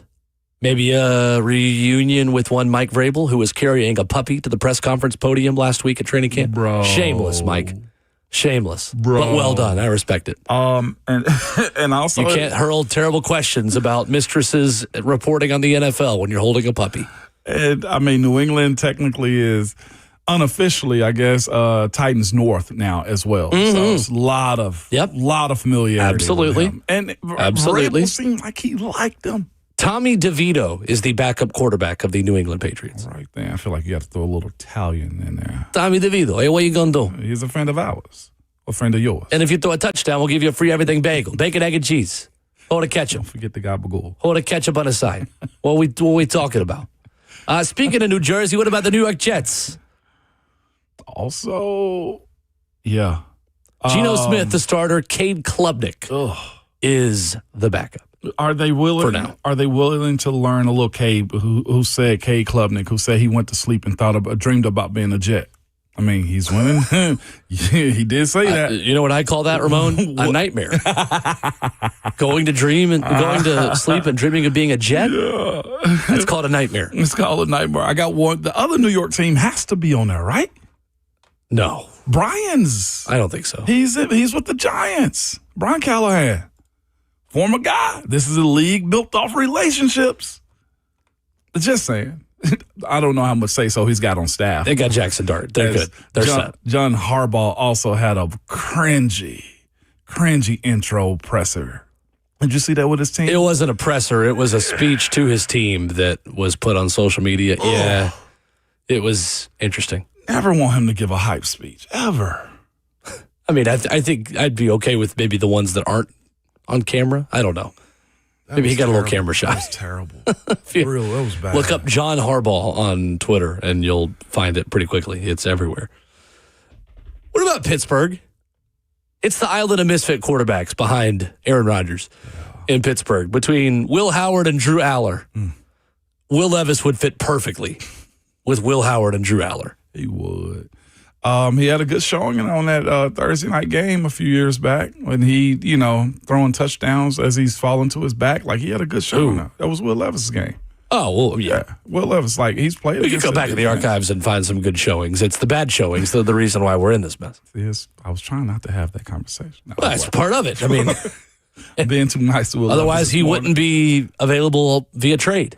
Pittsburgh's situation is unique because, like you said, it's Aaron Rodgers, but they've also had Will Howard, who didn't play much because of a hand last year, and they also drafted Drew Aller as well. You got two young guys that are trying to fight for positioning behind Aaron Rodgers. Adding Will Levis in doesn't solidify his backup role. Like, I think they're in a position, if you go trade for Will Levis type, then you as Pittsburgh are trying to get a top 10 pick as well if he's out. Like, and they need that, to be quite honest with you. They do. they need a year bad. And I say that because this league is balanced on draft picks, and Pittsburgh's search for a quarterback has netted them Will Howard and Drew Aller. If I'm a Pittsburgh fan, though, and you're talking about another quarterback being brought in, I'm asking myself, well, then why are we wasting all these picks Exactly. that could be used to help make the current quarterback, Aaron Rodgers, have a closer to contention roster? I mean, because these aren't just throwaway picks that they're using on backups like Will Howard and Drew Aller. So here's my problem if I'm the Titans on the Will Levis front. These teams that I just mentioned are in one of two situations. They either have a starter and just signed or at least just feel okay about their backups, or these are bad teams that would rather just lose with the guys that they have and draft someone next year than trade for someone like Will Levis, who may play them out of Arch Manning, Lenore Sellers. Take your pick on next season's starting quarterbacks in the NFL draft. Mm-hmm. The question I have for you that you didn't include them in this, which is totally fine. No love for Jacksonville in this, or the inner within the division? No, I don't think All that's right, gotcha. a fit. No. I kind of figured that's where the conversation was, because that would surprise me, right? It would, but I don't think it's far fetched though. I mean, you could just swap him and Anthony Richardson. Just swap Will Levis and AR. You could. Funny thing is, I actually could see Will Levis having some success under Shane Steichen, but that's exactly why he won't become an Indianapolis Colts. And no Liam Cohen conversation. I mean, I don't think so, right? Like, Am I crazy? I think that's a non-starter, trading a quarterback within the division, unless you're Joe Flacco. Their backup quarterback situation: Nick Mullins, Carter Bradley, who I just learned this morning, South Alabama. Yeah. We saw him at the Senior Bowl. We did see him. That's why. And also Joey Aguilar. Right? That is Carter Bradley. Yeah, that's him. You're 100% right. Joey football, they're set. Yeah. Look at you. On one hand, you're like, Hendon Hooker. Nope, time's done. Yeah, they're set. You're like, hey, new guy, Joey Aguilar. They've got Hendon Hooker at home. It's Joey Aguilar. Joey Aguilar. But this is a very important position that you speak of, though, the backup quarterback. One, for purposes of just break glass in case of injury, but also the scout team side of this as well. And I saw somebody in our comment, in our YouTube chat bring this up, and it's so true. This is the era of reclamation quarterbacks. Yep. Someone will take a chance on Will Levis. But again, what is the overall vision? If I'm Arizona, if I'm New York, if I'm even Miami, you can get him and Malik Willis back together. How crazy. I'm more focused on the next draft class. And Will Levis, honestly, might be good enough to play me out of the ability to draft a quarterback top 5 next season. Right? I mean, am I crazy? Because it'll be that scenario where you're asking him to lose and he wins. I think you are closer to a Baker Mayfield cup of coffee with the LA Rams kind of spot here for Will. Mm-hmm. I think there's a world where Will Levis also doesn't find a new team right out of camp. I think there is a world where, again, it's going to take the right offer and the right injury for him to become available. So from Will Levis's perspective then, switching gears a little bit, if that's the Titans' perspective on what the best case scenario is for Will Levis, if you're Will in his camp, where would you want to go? Where would I want to go? Send me to a Mike McDaniel style offense. I'd even go to Miami, to where even if they do go get Arch Manning next year, I have the ability to compete for a spot. Like, he is now. I don't know if I'd want to go to Miami. Why? That's the worst receiving. Why not look at their receivers? Look at their offensive line. For poverty franchises, send me there to where I can look like a shiny new golden eagle. Okay, that's the way I look at that situation. I look at being a backup in Carolina. Like, he's going to have to go somewhere where he's established. I'd even throw respectfully Philly out there, because the The offense that they can run where he can just hand it off, little small check downs to keep him in a box. They've got a legit backup, though. Who's their backup? Tanner McKee. Will Levis era. Isn't Andy Dalton up there too? Andy's there still? Yeah. Dang. But they've got options. Wherever he's going, this is what I would say. Be smart about what you're asking for. If he can go find himself in, let's say, Mitchell Trubisky to Josh Allen role, like that was one of the best things that Mitch Trubisky did for himself was get behind Josh Allen. And when Josh got hurt, you had Pittsburgh pay him a nice piece of change to come there after the fact. He's got to go find a very successful guy, not the potential to go be a starter guy. I think the coach is more important than anything here. It's worked for Baker Mayfield and for Sam Darnold at this point. Yes. Go hang out with McVay or someone in his tree. Yeah. It's worked for Mac Jones, too. Absolutely. I mean, he was great for San Francisco in spot duty last year. Go to Minnesota. Clearly, I think Minnesota's already got two guys. I don't think they would add a third, considering they already have Kyler Murray and J.J. McCarthy. I would still try. This is what I think. I think Will Levis is closer to being cut than traded, though. By the end of training camp. I think if you look at the current situations, again, barring injury, I agree. I think it would take someone getting hurt at this point, or him just totally knocking it out of the park in preseason games. And it's exactly what you said, though, too. Like, the market is so flush with backup quality or backup names at quarterbacks. Or teams that just don't need any more bodies because they're trying to lose. They just don't need and that was the other not part. totally trying to lose, but like they're content with losing. That's probably the better way to put it. Themselves up for this 27 draft. Exactly. So, yeah, that's his issue. It's a bad market to be a bad quarterback right now. If I was Levis, from his perspective, I would want Matt LaFleur. I mean, you're not going to L.A. Rams anymore because they drafted Ty Simpson. I would say Green Bay, L.A. Chargers, Sean Payton, Denver, behind Bo Nix. I mean, we saw what Jarrett Stidham looked like when he was thrust in last season, respectfully. Find a winning roster. And then Pittsburgh. Yeah. I think those four would be my four if I'm Will Levis at his camp. Green Bay, L.A. Chargers, Pittsburgh, or Denver. That would make the most sense. Crazy. 615-737-1045 is our number. Big headline over the weekend about the team the Titans will see in a couple of weeks. The details on Kyle Shanahan's injury and how that'll impact one big contender in the NFC coming up next.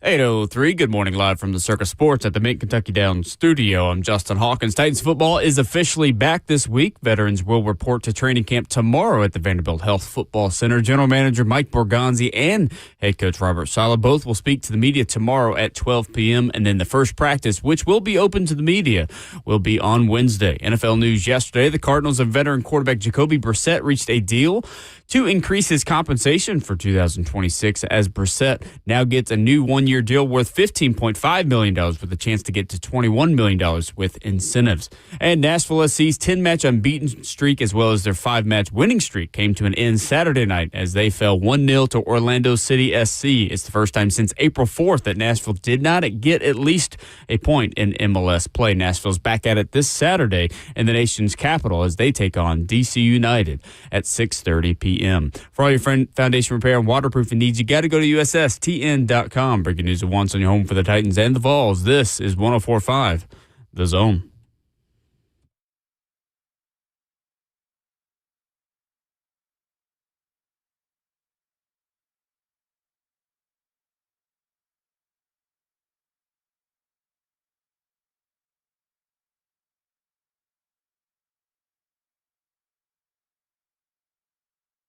Second half of the show and hour number 3 getting started on your Monday morning on Ramon and Will. Training camp week is here at last. Tomorrow, the introductory press conference for Mike Borgonzi and Robert Saleh. And on Wednesday, football will be practiced. You made it. Congratulations. Allow us to be the first to welcome you back to football season, Ramon Foster. Yeah, I'm glad to be here, man, and present and accounted for, Will. We've survived for the most part. We got, about 36 more hours until we really do this thing? That's right. We might play the old traditional song we usually play at this time of the year, where it starts with an F and repeat this word over and over. It's like football? Is it? No, it's football. Football. Just one more. That's it. Football. That's it. We gotta leave it. It's too soon. We've got to warm up. We gotta warm up. That was good. 48 hours, too, not 36. I just was already counting the sleep being done already. It's okay. I was told there would be no mouth. No. Nope, not yet. Nope, we're warming up. We're warming up. We said not yet. Okay. That's why we're warming up. Okay. We're only playing one word. Only one word. Only one word at this time. You play the hits. I about threw a flag for a false start there on you, Justin. And it's over to your right, too, by the way. You could have thrown it at his window. Flag. Do it. I have it right here. Do it. No, I'm not going to throw it. If you'd played one more word, I would have. We hadn't have a kickoff yet, Hawk. Might do it. I mean, I've never received a flag before. Not even the yellow card? We usually Well, don't throw I've got a penalty yellow flags card. on I've this gotten a show. red card. I've gotten a blue card, but I've never gotten a yellow flag. I feel like we throw a flag on this show. It gets kind of personal. It's just like, what'd you throw it at me for? Doesn't really happen very much. Don't really I've never thrown this before, actually. I forgot that it was next to me. How about every time we give out a demerit, you get a flag? Then somebody got to go pick it up. Okay. Well, You throw stuff at this trash can that I got to go pick up all the time. I've got a glass block. Listen, don't be telling my basketball shooting percentages on there like Do that. it man. mid-segment and go, That's a flag. Yeah, you see the shoulders sink. Exactly. No doubt, but we're almost there, man. We'll see. One thing I'm interested in is see how physical this camp's going to be. New coaches always try to draw a land in the sign of who will and who won't. Wait, hold up. What? A line in the sand. Flag, throw it. Easily.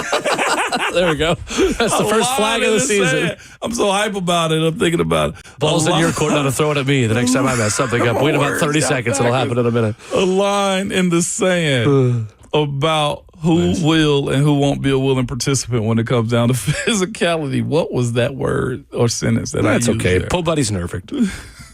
I'd have really messed it up. I'm glad you said that and not me. The San Francisco 49ers have reported to training camp and did so with a major headline over the weekend. Kyle Shanahan will participate in team activities, but on a limited basis. He was involved in a car accident last week and suffered non-life-threatening injuries. Assistant head coach Chris Forster and the team coordinators, reports say, will handle the bulk of the head coach duties while he recuperates. In a press conference Saturday, GM John Lynch told reporters he does not expect Shanahan to miss week 1 of the regular season. But the details around this are gruesome. He collided with an SUV near his Northern California home. While injuries weren't life-threatening, they were significant. ESPN reported Kyle Shanahan broke his nose, 3 ribs, and his hand, suffered a severe concussion, and needed more than 40 stitches to his face. He was taken to paramedics to a local hospital and released later that day. The other driver was not injured, according to Palo Alto police. He also told ESPN drugs and alcohol were not involved, and both drivers cooperated with law enforcement. So that's the good news out of this, is that there was no foul play involved, just purely an accident. Since the crash, he has been recovering at home, informed the coaching staff of the incident on Tuesday. He has yet to be cleared by doctors for full coaching duties and won't be until his concussion symptoms subside. How big of a deal is this for a team in San Francisco that we're going to see in a couple weeks? We are. I don't want to over-speculate on it, but it's just like an NFL coach in a car accident. It's like something that should be reportable at the moment that it happens. How and why they hit it, I hate to think there was anything extra that was going on in or around the car that, like, if you're tired, then just say you're tired. If there was no drugs or alcohol involved in it, like, I get it. Coaches have pretty wild schedules when it comes to their uptime versus their downtime. I get it wholly, but this wasn't a story to be hidden. That's my only push in it. Now, how long were he and the opposing driver able to, to talk this thing through as to, hey, I'm the head coach. I can't have this type of press if there was something crazy going on. It's just a side eye is the way I would look at it. Like, I didn't really look at the ESPN guy. What was his name? Matt Miller? No. Matt Miller. I didn't view him on the show a couple times. I know. I didn't view his crash as anything crazy until more information came out. The issue that Shanahan has is that. Is there more information to be had about why, if you were not intoxicated, there was no drugs in your system, unless there was a deer involved, some crazy crosswind, if he was in the high. It's kind of hard to speculate without really knowing anything else. And that's just kind of doesn't sound like there's anything else that's going to really be negative. Other than the injuries and the recuperation process. Does the delayed reporting have anything suspicious about it to you? Yeah, I don't know. I didn't really think about that, but I mean, it's not a bad point. I saw the speculation it was Brandon Ayuk that cost us. Oh, goodness sakes. The troubled wide receiver. I know that is a flag on the play. It said it was Brandon Ayuk, but is 40-plus stitches, and this is labeled by them a severe concussion. Mm-hmm. Yeah. The fact that he still has symptoms is noteworthy. Only thing else that I could think of is if he's got an exotic car and he was just driving really fast or something like that. Yeah, again, I don't know. It's just, I'm painting out every scenario that I can think of as to why this was so secretive, other than the fact that he was, traumatically hurt in this. The only other questions that I have about this is the choice of interim head coach, though. Just don't search it. Don't search it. What do you mean? If this is the Miami offensive line coach, we don't need to discuss this on over the airways. Is the only thing. Chris Forster is the man who is temporarily in charge. Just say, if you're going to bring it up that way, you got to say it. Yeah, because there's a lot of let me make sure this is the guy, and I'm pretty sure it's the guy, Chris Forster. Okay, he resigned after a video surfaced of him showing him snorting a white powdery substance. Former Miami Dolphins offensive line coach. Yes. Okay, yeah. I mean, we can bring that up.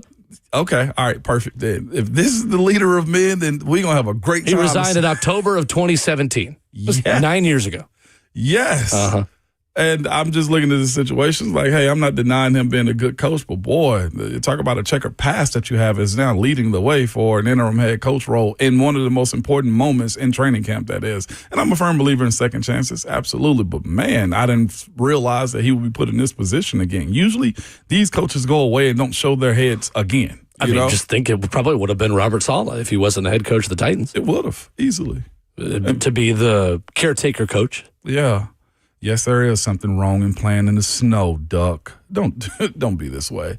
Definitely something wrong. Definitely something wrong with playing. They need to even address that. Riding the slopes like this, man. Don't do this. But again, whatever the case is, Kyle Shanahan is as healthy as he can get right now, and he's got a long road to recover. And it will not keep him from what they're saying from the week one whenever they kick off the ball. And they got to go to Australia as well.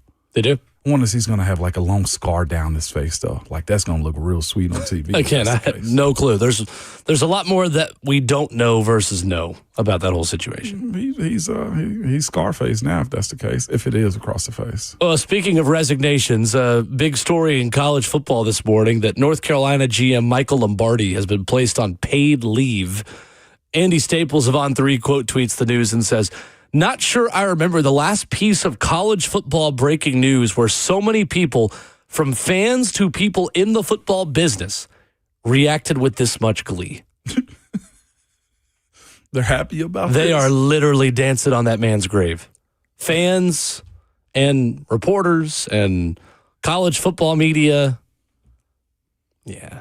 But here's the Michael thing. Lombardi is not getting very much sympathy from folks. He came into this by proclaiming they were going to be an extension of pro teams. Meanwhile, that's what college football is in general. They named themselves a 33rd team and everything they were going to go do.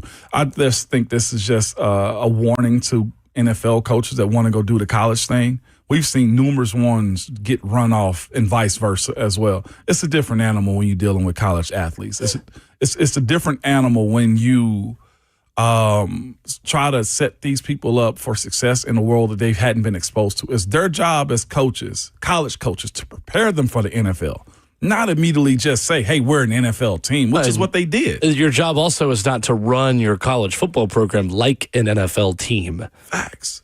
That's not necessarily practical nor the best way to proceed. The way they set up last year with having all the alum coming back, Michael Jordan, Julius Peppers, just anybody who was a socialite. Yeah, those alumni stopped showing up after some of those losses started piling up, didn't they?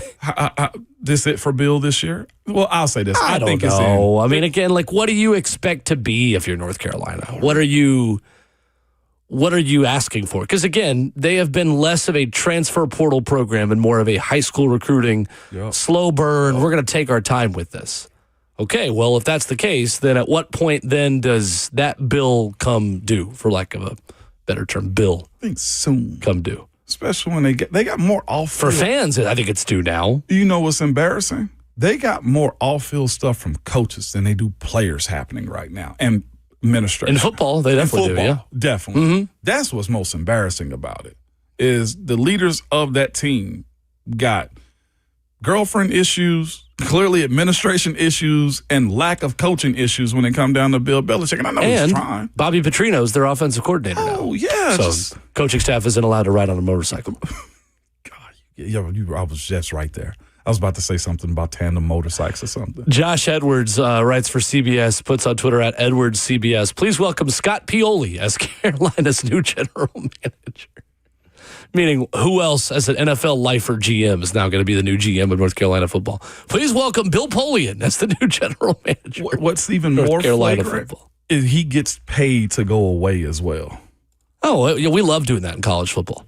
I mean, if we want you to go away, we will pay you handsomely. Again, it's my dream job being a fired college football coach. Love that. You know how good I'd get at golf? I wouldn't have any choice but to get better at golf. If I was a fired college football coach. Yeah. I'd have memberships at clubs. I'd be taking lessons from Tiger Woods. He'd be out there teaching me how to hit a drive in the fairway. I mean. If I had that much money. But again. It would be great. One of them situations, again, just be a college coach. It's the American dream. Get paid not to work. And the fact that they really announced that GM role so big for him. Oh, yeah. No, they were very loud. They were very loud. Say, oh, we're going to be different. We're going to be like the 33rd NFL team. Yeah, okay, buddy. You seeing this? Speaking of another NFL issue, Tony Romo had his issue this weekend. Yeah, charged with an OWI and then smiled into the camera. That's how you know he was not of sound mind. Somebody saying that Tony keys to the game. Tony Romo, I'm not legally allowed to have those right now.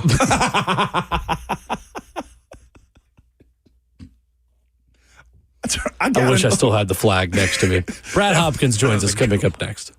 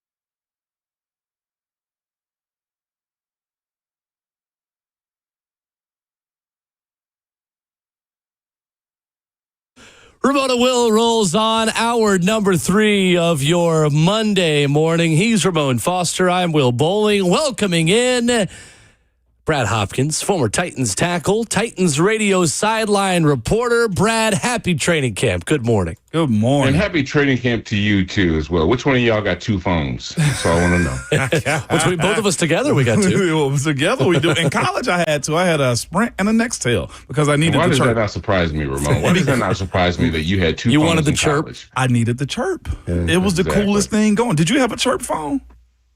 Yeah, I had one of them. Chirp, chirp, chirp. I had one of those. Absolutely. So it was an era thing, and Sprint was giving that deal when they merged with Nextel. broke me. It gave me bad credit too, Brad. So yeah, we're done with that life. The old, you just aged yourself. The old Sprint. I did, man. Brad, as training camp starts this week, what are you most interested to see this week specifically at the beginning of training camp for this Titans team? Well, apparently with the PUP list coming out, we need to see how much depth we have on the offensive line, correct? Right. I mean, you might as well throw Monty Hooker in there as well and see if there could be some depth issues at strong safety. But for the most part, I'm looking to see, first off, how long J.C. Latham's going to be absent. We know that he really wasn't much of a participant during OTAs, at least during the latter part of the summer or minicamp due to some injury. But what we're hearing could be hopeful that it is temporary, that it is something that's not severe and not severe enough to maybe keep him out of the lineup when this team heads west to start the season. So, that's one of the things I'm looking at because, that has been obviously the biggest issue that this team has had over the last few years is consistency up front. I think it's linked to quarterback changes. It's linked to, some legends like Derrick Henry no longer on the roster. So getting that figured out is probably priority 1. And we'll see if either Brandon Crushaw-Dixon or Austin Decklis or Emil Wagner, Rasheed Miller, Zachary Thomas, the number of guys that they brought in either through free agency or through the draft can be guys that can keep this thing on the rails until JC is nursed back to health. Brad Hopkins, our guest. What does that look like, Brad, before pads come on for offensive linemen? How does one thrive at this point of training camp in a position that is so centered around physicality and contact when right now you can't have that full physicality and contact? Yeah, that's a great question. This is really about technique. It's about footwork at this point where you don't have the shoulder pads and the helmets on. The true reality of who a lineman is, who people that work in the trenches are. It starts when you actually do those drills, that show the physicality, that show what your temperament is, that show, what your true ability is.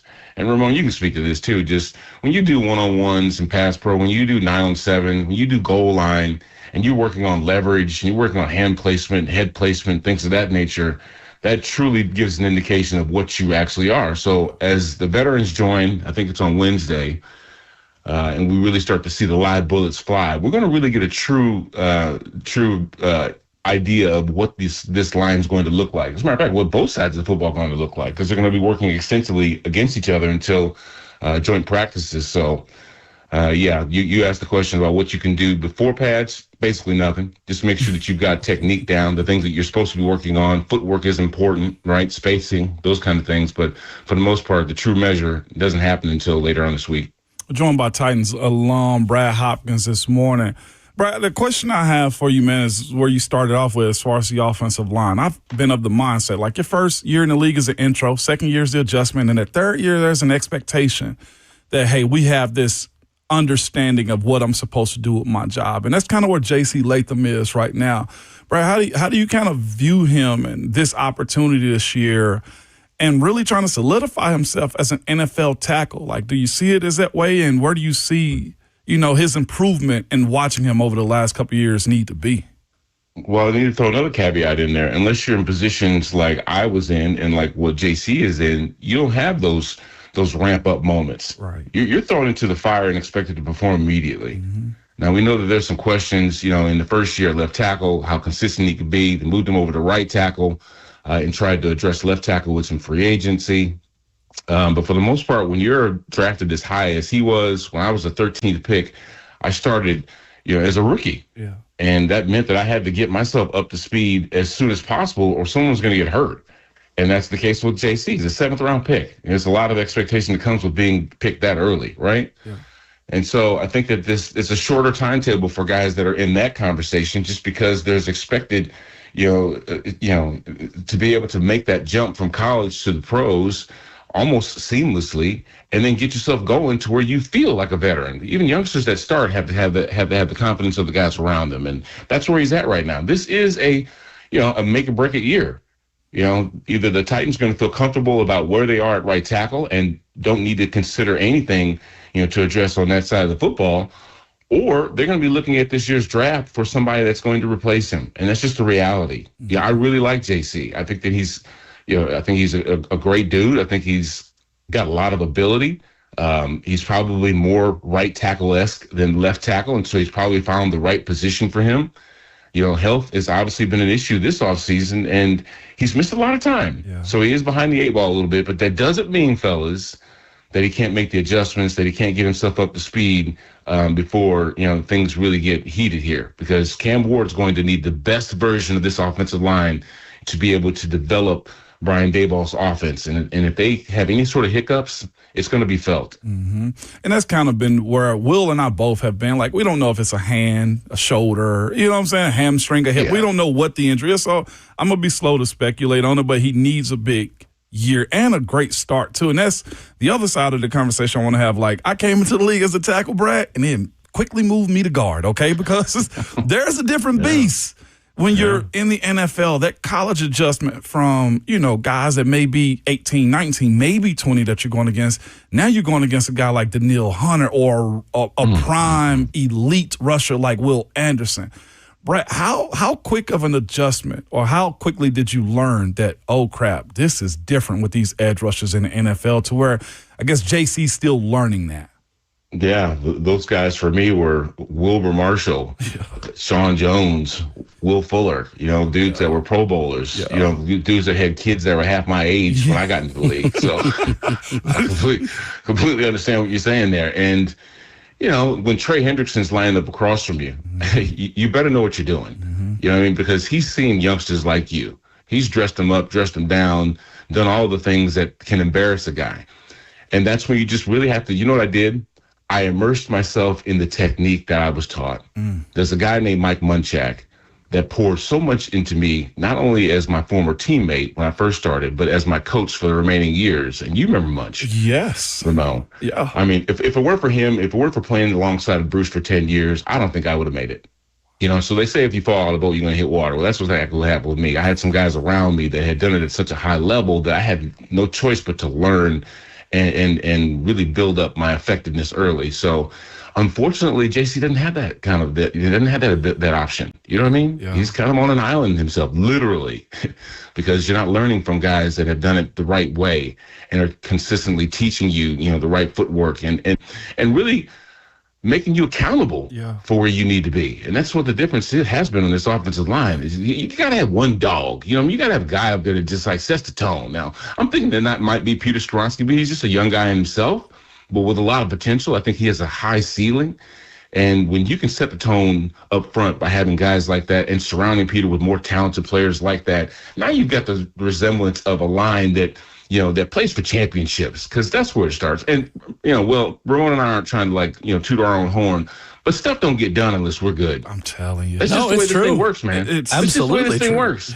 You can say whatever you want to about quarterbacks and accuracy and receivers that can catch balls with fingertips. Who cares? Yep. If QB don't have time, if you're not able to deliver an accurate ball because you're getting chased around, and you don't have a run game that balances out on offense because you got dudes that are just consistently getting knocked on their butts, football doesn't work. It's not fun.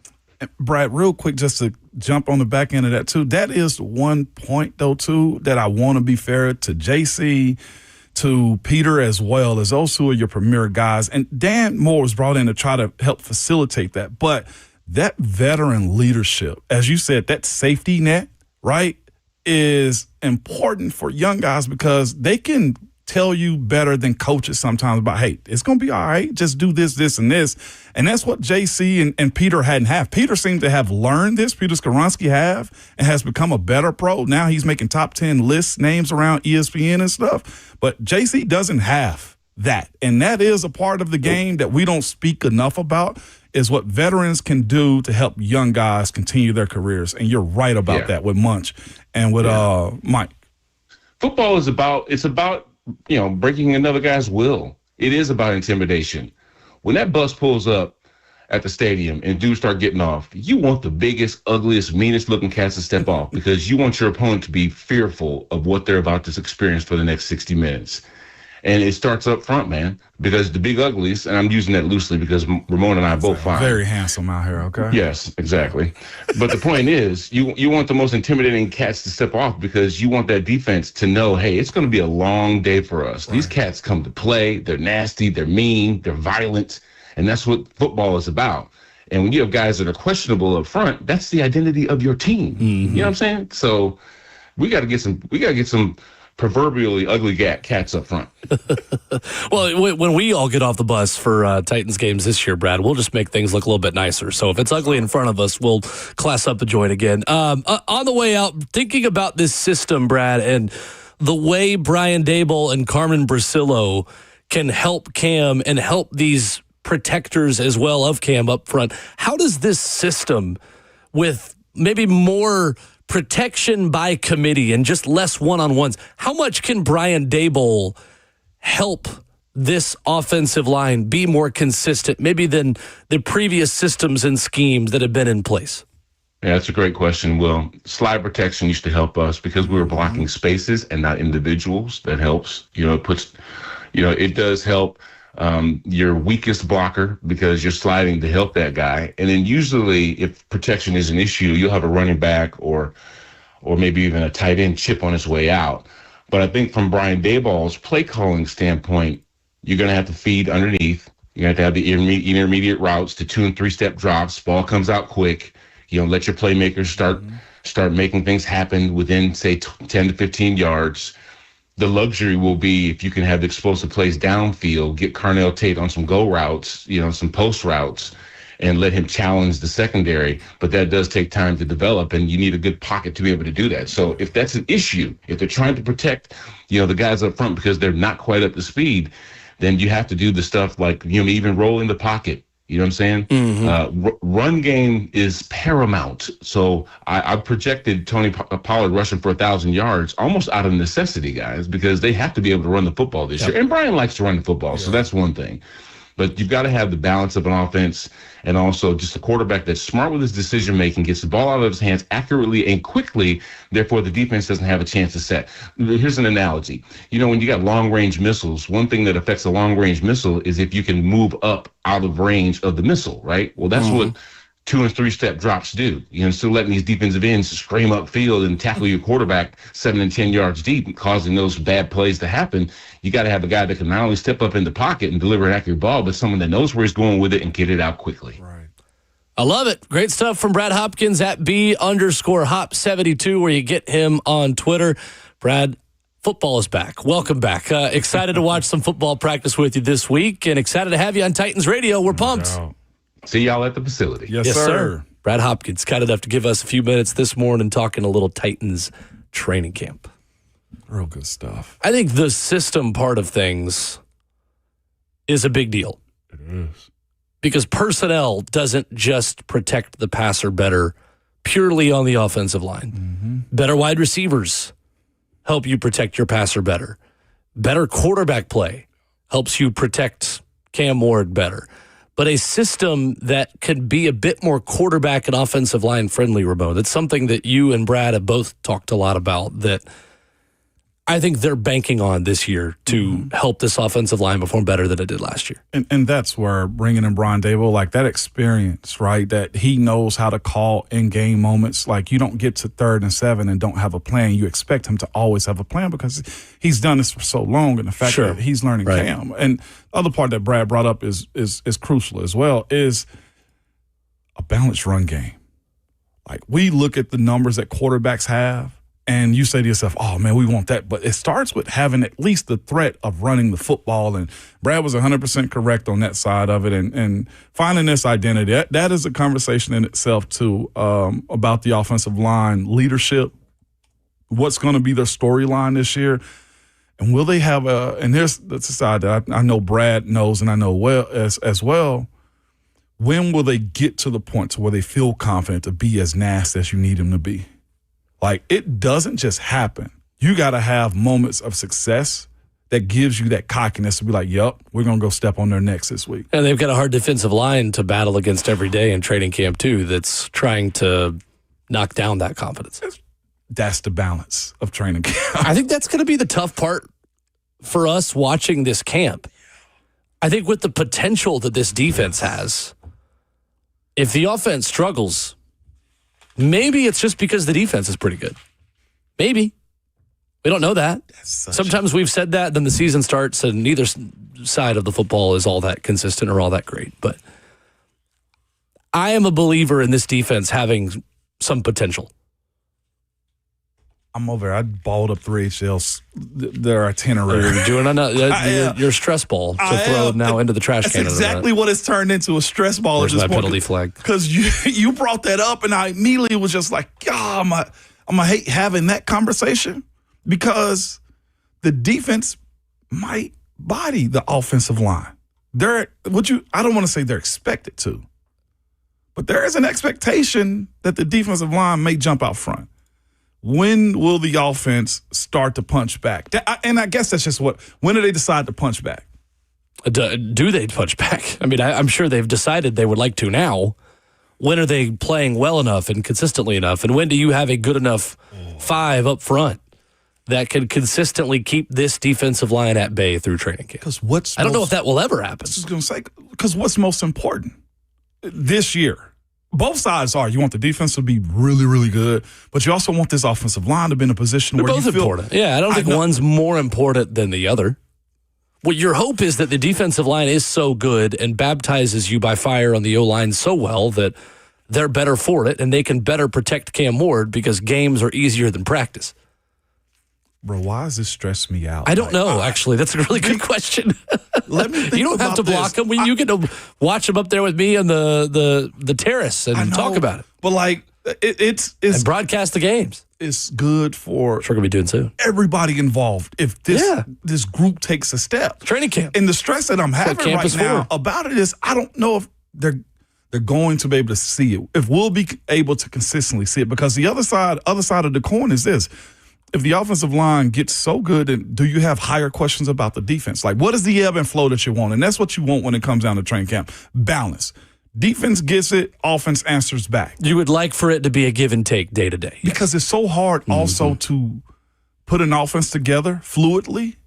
And it's so many more moving parts than I think a defense has. And that's my point is if the O-line is just getting bodied daily, then can you efficiently run a good offense? How can you get on the same page if Jeff or JFM's hand is in Cam's face? Right. Where's your timing going to be established? The same can be said for when the games start. How can you get Carnell Tate and Calvin Ridley and Wan'Dale Robinson the ball consistently if you can't protect Cam Ward? I mean, it is the question about this football team. Do you have the offensive line needed? Do you have the overall pass protection needed for Cam Ward to take a big step forward from year 1 to year 2? It's not just a training camp question. It's not. You're 100% correct. 615-737-1045. An update on Colts quarterback Daniel Jones. As Ramon says, the bank is open with a little paper toss here at the end of our middle of the hour conversation. Stressful conversation to you. We'll relieve your stress and talk about another AFC South team with injuries coming up next.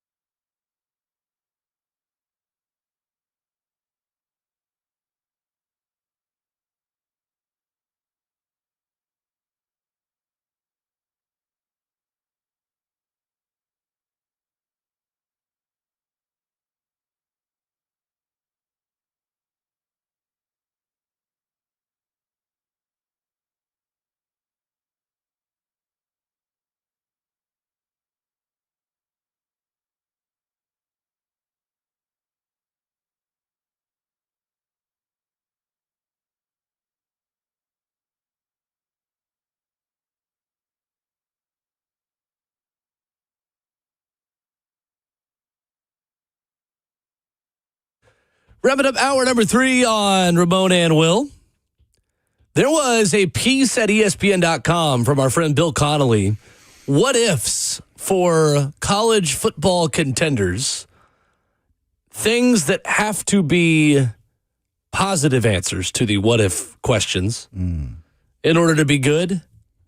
Got what ifs on Tennessee to make a run in the college football playoff. His words, not ours. Yeah. We'll do that coming up here in a half hour. 615-737-1045, our number. Colts quarterback Daniel Jones says he will be 100% for the Colts' first training camp practice on Wednesday. He joined the ESPN booth for the NFL Flag Championships in Indianapolis. Said, I feel good. Excited to get going. We report tomorrow, first practice Wednesday, so good to go. I'm excited to get rolling. Shane Steichen was also there. Says he looks great. He's attacked the rehab process as good as it gets. He will be a full participant.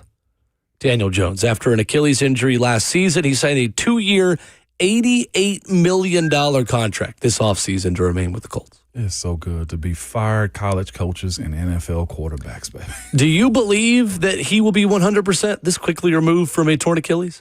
No, I think they're going to work him in there. I think his body presence will be out there and getting some walkthrough reps and probably some 7-on-7 timing stuff. But to say he's 100%, like, I trust medicine has advanced far more than it has in years past.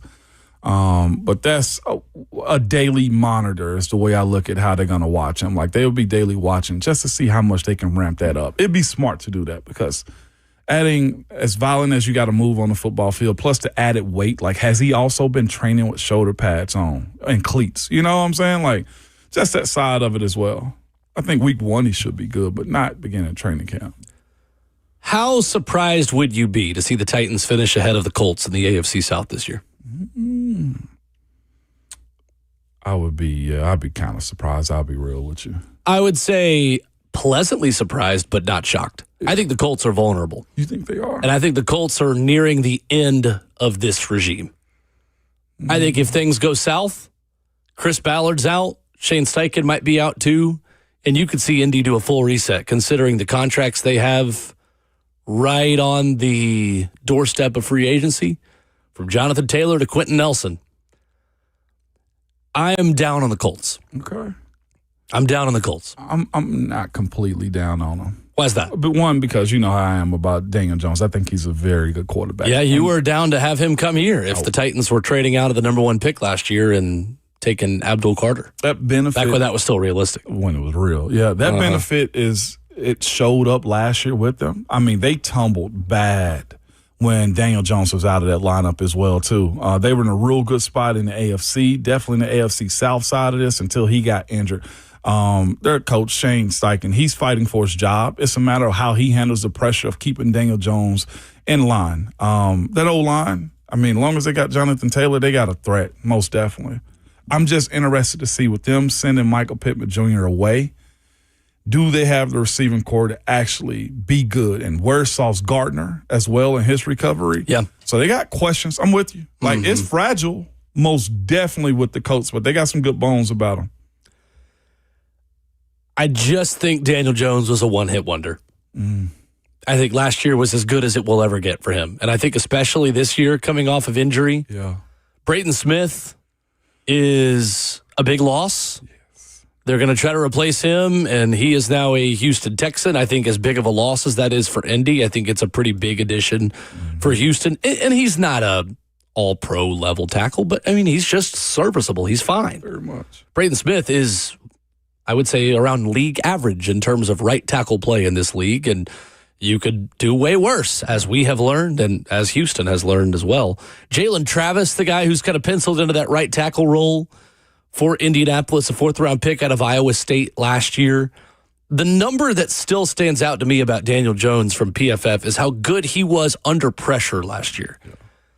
Daniel Jones, again, under pressure, so you got to take this and lower the expectations of what numbers are supposed to look like. He still completed 58% of his passes for 7 touchdowns and no picks when he was pressured last season. He had a quarterback rating of 100 when pressured. If you go back to 2024 as a member of the New York Giants, he had a 60 quarterback rating when under pressure. 503 yards, 3 touchdowns, 2 interceptions. He completed 44% of his passes when pressured. Go back a year before that, 35.2 quarterback rating when pressured. We're talking about a significant jump. You don't have Michael Pittman anymore. Mm-hmm. You don't have your starting right tackle anymore. You have a second-year player who's not started in this league, and you have a lack of mobility coming off of a torn Achilles. I don't think we see close to the same level from Daniel Jones this year. Now, he could be not close to that level, and they could still finish ahead of the Titans. So it's not a total guarantee. I just am not super high on him looking like he looked last season. I think he's fine, but I think Indy is hitting the reset button sooner rather than later. The fact that we're having a conversation about the Titans finishing, that would be second in a division? No, third. That would be third. Oh. Just Indy. Okay. I mean, Houston and Jacksonville, I think, are both Super Bowl contenders this year. I'm going to be real with you. I think Houston more so than Jacksonville. I have a wall up about what Jacksonville's capable of. You think they could be a one-hit wonder too? Yeah. I just, and there's no other reason than me thinking it's about them as a franchise. Like, they never do it back to back to back. I don't think they drafted anyone who's really going to help them right away. I mean, they drafted a blocking tight end with their first pick. That's what I'm saying. Like, and I get whatever the reason is for setting up the offense. Like, they drafted it clearly for what the offense needs. But I'm fascinated to see how they put all this together. Now, they got a lot of A players on that team, though, too. That's the one thing they got going in their favor. And they're also the AFC South defending champs. And they have a healthy Travis Hunter again. He's going to play both sides of the ball again. Playing defense needs to be. But who am I? I ain't ever been that fast. You're an 11-year NFL veteran who's the color analyst for Titans Radio. Preach, my brother. 615-737-1045 is our number. Let's talk a little bit more about Titans training camp. What to expect from week 1 as practices start on Wednesday. What's the opening week of camp like before the pads come on? We'll talk about that next.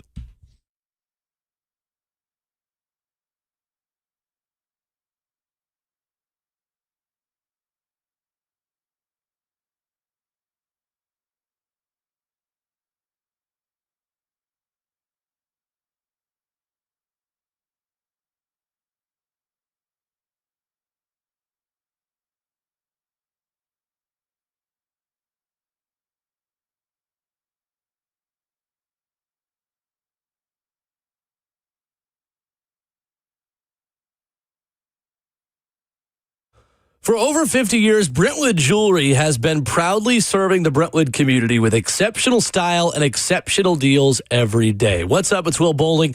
When I needed bling for my wedding a month ago, I shopped at Brentwood Jewelry, found engagement ring there, wedding bands, a watch to wear as well on wedding day. They've got everything, whether you're looking for that anniversary gift, birthday gift, or maybe you are looking to pop the question. Brentwood Jewelry is going to make the process so easy for you. As a family-owned and operated business spanning 3 generations, they are deeply rooted in this community. From Salem's service in Special Forces to his son serving as local firefighters, the Amamali family is dedicated to giving back. I promise you, the second you walk in the door, you can tell this is a family business that's here to take care of you through some pretty big purchases. 7012 Church Street East, located in the heart of Brentwood, just off Franklin Road. That's where you got to go. You can also check out more about their selections online at BrentwoodJewelry.com. Exceptional deals, exceptional style every day for over 50 years. Shop Brentwood Jewelry online at BrentwoodJewelry.com.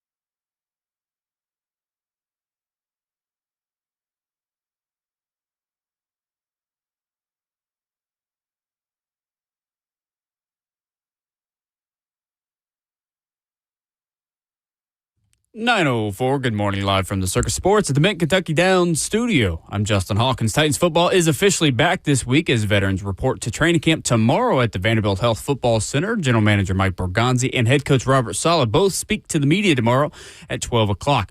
Then the first practice, which will be open to the media, is on Wednesday. NFL news yesterday, the Cardinals and veteran quarterback Jacoby Brissett reached a deal to increase his compensation for 2026. Brissett now gets a new one-year deal worth $15.5 million with a chance to get to $21 million in incentives. NFL news this morning, the Commanders are parting ways with tight ends coach Ben Steele, who is hired this offseason. The team said on Twitter they will not have any further comment. Washington's first practice of training camp will be on Wednesday. And some college football news this morning. North Carolina Tar Heels football general manager Michael Lombardi has been put on paid administrative leave effective immediately.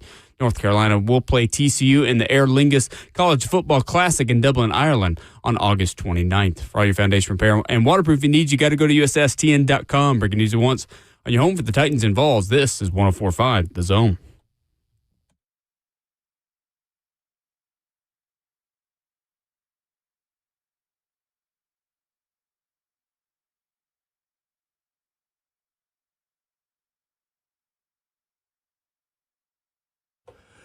Away we go into the fourth and final hour of the show. 9 a.m. already in beautiful Nashville, Tennessee. 615-737-1045 is our number. Coming up, what are the what-ifs that have got to be answered with positive answers for Tennessee to come together and make the playoffs again? Bill Connolly wrote that piece of college football ifs list.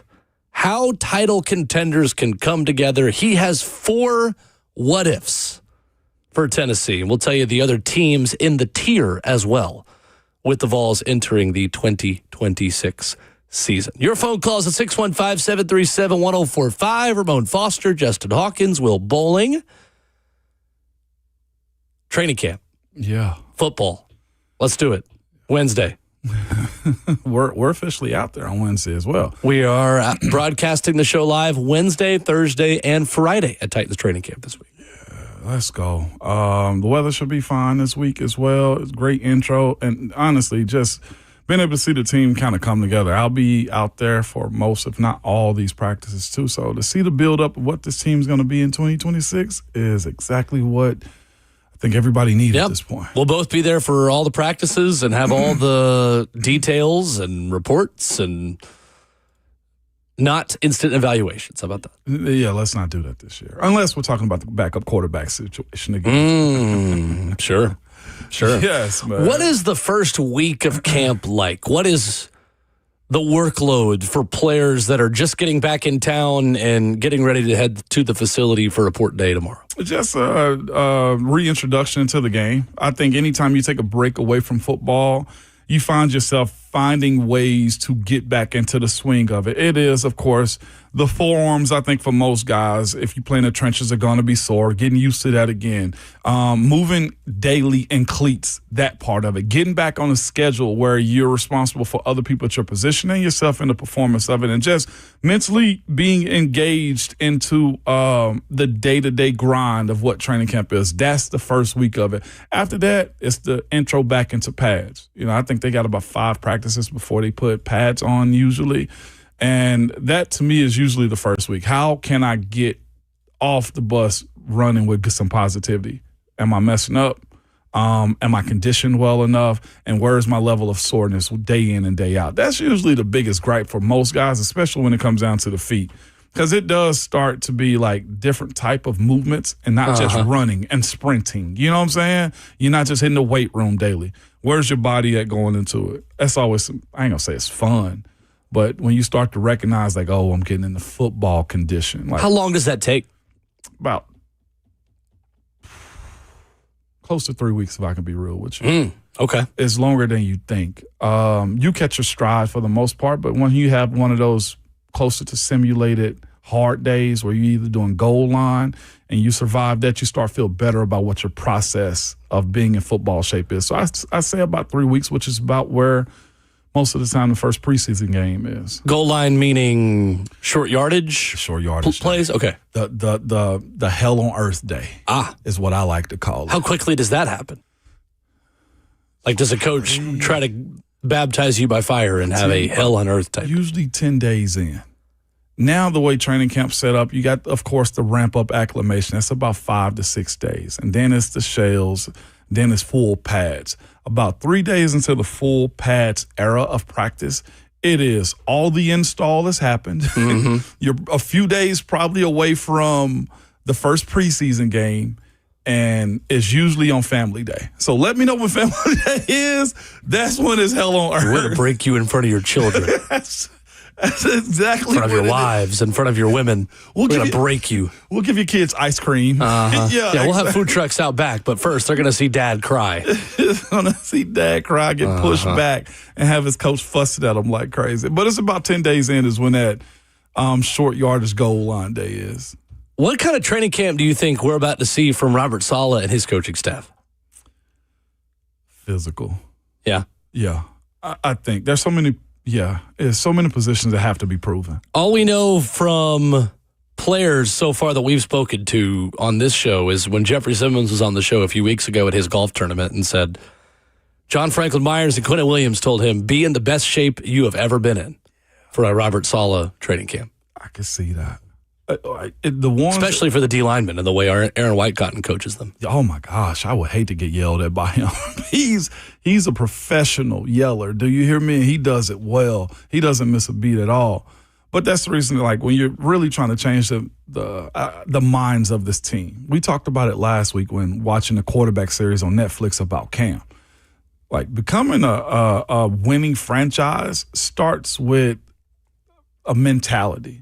And coaches come in trying to enforce that on players. And it's through training camp. It's through the way they talk to them. It's the demand daily of chasing winning ways, I guess is the best way to kind of put that. And I think that's what you get from Cam offensively. And I think Robert Saleh, that's his mentality as well. Well, I think you can push this team maybe even harder considering how young it is. Yeah. Right? There's a benefit in that. Mm-hmm. Because we had Brad Hopkins on just about 30 minutes or so ago. Mm-hmm. And Brad raised that point. Like, he was around a bunch of veteran guys that understood how to win, knew the process of what the league is. And when you have such a young offensive side of the ball the way they do right now, that's such a moment. And let's go JC and Peter Skoronski's young career. Even looking at Ellick and Chimray and even Cam, they didn't have those veteran presence that guys like Brad had, or myself even, where I played. Like, and there's a lot that's missing in that. Like, I think the way Cam's pushing his team is right, but it would probably be in a position where it's better guided if he had a vet group around him to kind of show him the pathway on doing stuff to where he can enjoy an ugly win. You know what I'm saying? Like, that's the part of the game where the appreciation of what this sport is hard. And you got a bunch of young guys right now on this team that's trying to figure out how to be a winning team. And that's the beauty of, like, Coach Saleh bringing in so many veterans on this squad. I got to give credit to Mike Borgans as well and the staff that they've kind of put together to kind of facilitate that. Sure. I think it's fair. I think it's going to be interesting to see what kind of camp this is and how hard they push him. I mean, knowing what we know about Robert Saleh and all gas, no brakes, and the way he attacks everything, I think this is going to be a pretty hard training camp. It is. It's to be expected. What is this Justin has just sent us? The Nickel City Buffalo Bills alternate jerseys. You're not a fan of these? No, they're ugly. Oh, okay. And that helmet, I'm sorry. Blue. Tell them, Hall. Yeah. Go back to the white or the red. I like the red helmets that the Bills do. But those, what's wrong? Modeled by Deion Dawkins. That's their not blue. Great. No, I know, but I don't want it on their helmet. Yeah, it's not even the full bill. Gray. It's not even the full Buffalo Bill on their logo there. I don't know. It's just that weird. It's just the red and white stripe. Yeah. So the Nickel City alternate uniform is a almost smoky gray type color. Mm-hmm. I think these are fine. I would have never thought about the blue helmet being like weird. I'm not a big fan of what that's got going on. What is the stripe around the helmet? Is that the buffalo tail that they're doing? That's their little stripe that they have on the bill. Yeah. Gray didn't fit into the conversation when you spoke about the Buffalo Bills to me. It's fine. Like, it's going to be cool. Yeah. But, like, it's just fine. It's the way I look at this situation. It's just like, not them. Yeah. I think it's more of that. It's just not them. So this is an alternate jersey. This isn't even their City Connect. No doubt. Or is this their City Connect. That's essentially what these are. Is it the rivalries jersey, or is this just an I think it's just an alternate Yeah, jersey. it's just alternate. They didn't It's say it was something. rivalries. That's what it is. Something. Because as didn't well. AFC East have that? They were last year. Yeah, AFC East was one of the rivalries jerseys last year, and we know the AFC South is one this year. Yeah. So I always love the way we name these things and rationale, like the rationale behind it. The Charge helmet. Yeah. Bringing the Charge Buffalo to life with the horn, eye, and charge streak. What is it? Displayed on a blue shell, capitalized, with a micro metallic flake finish and metallic blue accents, boasting a mindset of energy, strength, and attack! Exclamation point. Okay. Hawk had a better name for it. You said the charge streak is more like a poop streak. Y'all gotta start. You gotta start saying these things on air instead of just to Ramon. I didn't want to interrupt you. That's why I had Okay, to well, let you him could do have it. waited until I was done and said that. That's why I had him do it. I had to let you know, like he had a. Y'all have whole conversations over there while I'm talking that the audience never hears. No, I don't. I bring it on. It has a blue collar. This is fun on the jersey, which is a tribute to the blue collar workers of past and present who represent the strength, work ethic, and authenticity of our city. Sure it is. They put a Bills logo on the left chest, so it's close to the heart. I'm not kidding. I'm looking at their graphic right now. Left chest charging buffalo, positioned close to the heart. The charging buffalo placement represents the love we have for our team and the pride so many Bills legends have shown. I get that. Aw. But that's cute. A bill on the heart. That's so kind. That's so sweet, Buffalo. I'm gonna be real too about They're this. not going to get any bills out of me. I love when the bigs Boo. get when the bigs get an opportunity Dang, I to thought I be. had you with that one. That wasn't that good. I ain't even listened to it. All. I know you didn't. I'm You gonna be just kept real going with right you. through I it. was focused on my next point here. proud of man. I appreciate that part of it as well. But I'm a huge fan of the big fellas getting their time to shine and stuff like that. But Deion Dawkins wasn't the best fit for this outfit. That's what I'm telling you these pictures. Me, myself. And you say that as an offensive I lineman. do. Like, and I got a 12-pack. I ain't got no 6-pack. You feel me? But like this. Is that the guy they had modeling? Yeah, the second picture on here. Like, look at my guy. Why'd you laugh No, like that's that? large excellence is what that is. You laughed. As our friend Mike Golick Jr. would say. That was a devious laugh by you right there, Will. It was. I can say that. You can't say that, okay? Well, honestly, the jerseys do match the weather in Buffalo. Gray. Yeah. It's always gloomy. They gonna I feel like I don't think these are that bad. I just like making fun of the rationales that we give for why we do things on jerseys. Yeah. Like, this represents the city. No, it doesn't. You just thought it looked cool. You just needed some more detail. It was Yeah, too you gray. just wanted some reasoning behind it. I don't know. I will say, Maybe I'm just the old man shaking fisted cloud as always. did you see the inside of their stadium? They have Buffalo? It looks awesome. They got a broken table inside of Oh, the yeah, I did stadium see made that. out of steel Yeah. beams. Fantastic. Excellent. If like Fantastic. if you gonna add a touch, Terrific. that's awesome. That's terrific. That is awesome, right? They did that. That right. place looks awesome. I can't wait to go. It does. It looks amazing. They did that right, 100%. More details on Mike Lombardi, the general manager of UNC football, the 33rd team of the NFL. His words, not mine. Pete Thamel with more info 8 minutes ago on why he has been placed on paid administrative leave. Per his source, this stems from a human resources complaint filed by a former UNC front office employee. There is a pending investigation which led to the administrative leave. Sources say the complaint is he had a ticket for one of Jordan Hudson's adult cheerleading competitions and then didn't show. Okay, that part of it's not real. Oh, my God. I'm kidding on that part. It's Did a he- human resources complaint is why. Well, what do we think of with HR and men and administrative leave? Coming up, 615-737-1045 is the number. Tennessee may not be the 33rd NFL team in college football, but Bill Connolly gives 4 what-ifs on what they need to do in order to make a run in the college football playoff, and we'll talk about that coming up next.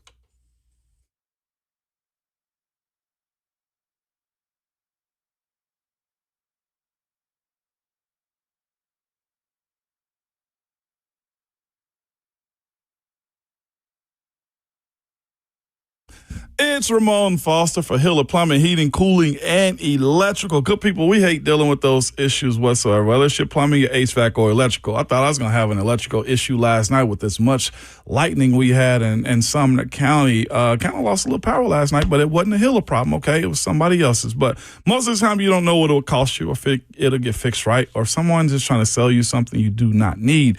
When you reach out to Hiller, the experts, they're going to solve your problems quickly, and the price you chose a price that you will actually pay. There are no hidden fees or surprises on your bill whatsoever whenever they finish the job. Hiller's been in business for over 35 years, and they are family owned and operated. Their techs, who are the individuals that will be coming to your house, they're very professional, experienced, and they are trustworthy. They're all background and drug screened as well. And when they're on their way, you'll receive a photo of the tech that's coming to your house and a link to track them in real time so you're not sitting around wasting your time. Hiller's motto is happy you'll bill, the service is free, and they truly believe that. They believe in 100% satisfaction every time they service your home. Listen, to learn more about Hiller or to book with them, simply head over to happyhiller.com.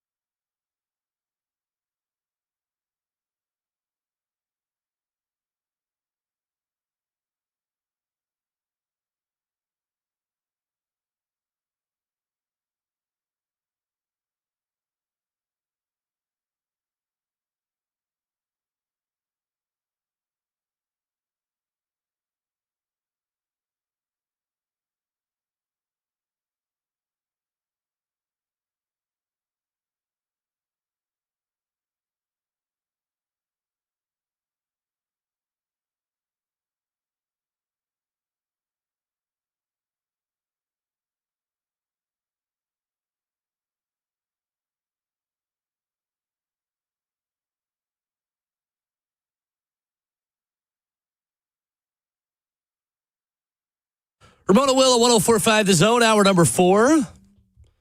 615-737-1045. I'm going to talk a little bit of college football on why Bill Connolly has some faith in Tennessee this year.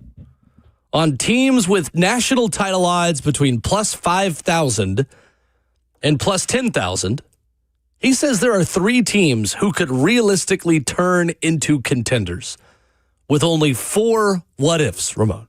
Okay. Those teams are BYU, Missouri, and Tennessee. 4 what-ifs. Okay. Here's what I want to do. I want you to put these in order for me from least concerning to most concerning after we go through them. Okay. 4 what-ifs on Bill Connolly at ESPN.com on why he feels like Tennessee could make a run if these 4 things happen. Number 1 is obvious. If Josh Heupel has a quarterback. Yep. He says Tennessee returns its leading rusher, 2 of its top 3 receivers, and 4 starting offensive linemen. And Heupel hired one of the nation's best defensive coordinators in Jim Knowles. Why aren't they generating more buzz? Because starting quarterback will probably be either, and let me just go ahead and tell you, it will be either redshirt freshman George McIntyre or true freshman Faison Brandon. Both are former Blue Chippers, but they've combined for 69 career yards, and the Vols are scheduled to play 4 projected top 11 teams. Yeah. It's the obvious what-if. Yeah. Secondly, Tennessee makes a run if a young defensive line holds up. Bill Connolly writes, Heupel is mostly riding with what he has up front, despite losing 5 of last season's top 6 and despite a poor run defense. Tackle David Hobbs, defensive end Jordan Norman are nearly the only semi-proven options, and youngsters such as Xavier Gillum out of Penn State and Isaiah Campbell, ends Marion Dine, and maybe freshman Carter Gooden, he says, must come through. I would throw Ethan Utley into the young tackles part of that, but certainly, Ramon, that is a big question mark. Yeah. Compared to quarterback, is that a bigger concern for you, defensive line and edge rusher? Yes. It is for me, too. Okay. Thank you. We're both on the same page with that. That defensive line, I know we'll get to my ranking, but if you don't have a good defensive line in college football, and specifically in the SEC, just like stopping the pain is a hard thing because teams will just know we'll attack them and just bleed the ball out if you can, if they can't stop the run, you know? So, yeah, that defensive line, we're getting after the quarterback as well. Where's the rush coming from? The third if for Bill Connolly of ESPN, Tennessee makes a run if the portal delivered a secondary. He says sophomore corner Ty Redmond is a potential star, but 6 of last season's top 8 defensive backs are gone, and 2 to 4 transfers could start. Safety TJ Metcalf out of Michigan, corner Jadace Richard out of Miami, and nickel Quay Moss out of Kansas State are exciting, but the Vols need a high hit rate here. I think Bill goes 2 for 3 on his guesses about the defensive backs. I would switch Jadace Richard for Kayan Lee. Okay. I think Kayan Lee is this team's number 2 corner. I think Quay Moss is the nickel. Yep. TJ Metcalf is absolutely a starter at safety. I don't have any question about that. And then you have a rotator of Deshaun Lane and Idris Farouk, who is a returner at safety, who I think, Ramon, could have gone elsewhere and probably gotten paid. I agree. In the transfer portal. I thought he showed flashes last season. A good bit. Not enough consistency. I thought he took some bad angles in open space as far as tackling goes. But I thought that he showed flashes of really good stuff last year. I want to see what the plan is going to be for Idris Farouk, though, because here's the thing. He possesses a level of physicality, though, at that position. It was numerous times last year on the broadcast. I'm like, who was it? Idris? Yep. Like, he just lays into guys. Like, I wonder what role is he going to play in this Jim Knowles defense as well. Will he play closer to the line of scrimmage? Will he be like a nickel hybrid type for him? I'm not sure if he's going to be a nickel, right? But run support, if they choose to go dime or dollar as far as like putting 7 DBs out there, oh my gosh, like he can play the role. So I'm fascinated to see what the role is going to be for him in this one. The final if for Bill Connolly on if this happens, Tennessee can make a run as a contender. If Jim Knowles doesn't need a year. Jim Knowles has crafted brilliant defenses at Duke, Oklahoma State, and Ohio State, but he needed a year to figure things out in each instance and in his only season at Penn State. In that season, the Nittany Lions dropped from 4th to 23rd in defensive S&P+. Heupel is hiring Jim Knowles to be an immediate firefighter, but that's not what he has been to date. Mm-hmm. How big of a concern is that for you? It's big. I think because of personnel, like fully having guys that know his defense could be problematic for him. You got a D-line that's got a D-line and second level of the defensive linebackers have some guys that have played in his system, but not a lot. So I think it's a concern, but I also look at him and say, well, he'll be here for the long haul. If you can have guys like Ethan Utley and others who can figure out how to run this defense, all these young linebackers that you have, and Ty Redmond can't go to the NFL this year. So it's mild to me, not necessarily a major concern based upon how long it usually takes his defense to get it. So it's probably next to last on my concern meter. The question, too, is how much do Penn State transfers help alleviate some of those growing pains? And guys who have played in the system who don't need a year of acclimation because Amari Campbell at linebacker, Xavier Gillum at D tackle, and Deshaun Lane at safety have already played in this system. I would put it this way. You just hope whatever Tim Banks left behind as far as his defensive philosophy doesn't ruin what the learning curve should be for Jim Knowles. Because this is my personal opinion, I do believe sometimes last year's defense was called off vibes, or you just went to the same calls over and over again, and it kind of puts you in bad scenarios. Like there shouldn't have been a consistency of long third down plays and teams having an answer to getting out when you had the personnel to go make plays for you. That to me is what I question about Tim Banks and his defense. Hopefully this group of guys that stayed behind and the guys that came in this year are starving for detail. I don't know if we had much of that last year. If you look at the bodies that were a part of this team, it was a lot of individual wins last year, not necessarily team shutdowns. Like the way you had Oklahoma going to Knoxville last year, you felt like the entire defense shut down an offense. For individually, guys were making plays. Collectively as a group, I didn't feel like at any point last year the Vols defense was capable of stopping the team. Like you had, like last year, Colton Hood making plays for this team. Like I don't think that's the case. Hopefully, moving forward, you have an entire defense making plays like that. I think it's fair. I think they were really opportunistic and good at times at creating turnovers. But if you protected the football, that defense was going to continue bending. Yes. And eventually break, unless you beat yourself. Yeah. And now, like you think of the wins that they had last season. Mississippi State did that.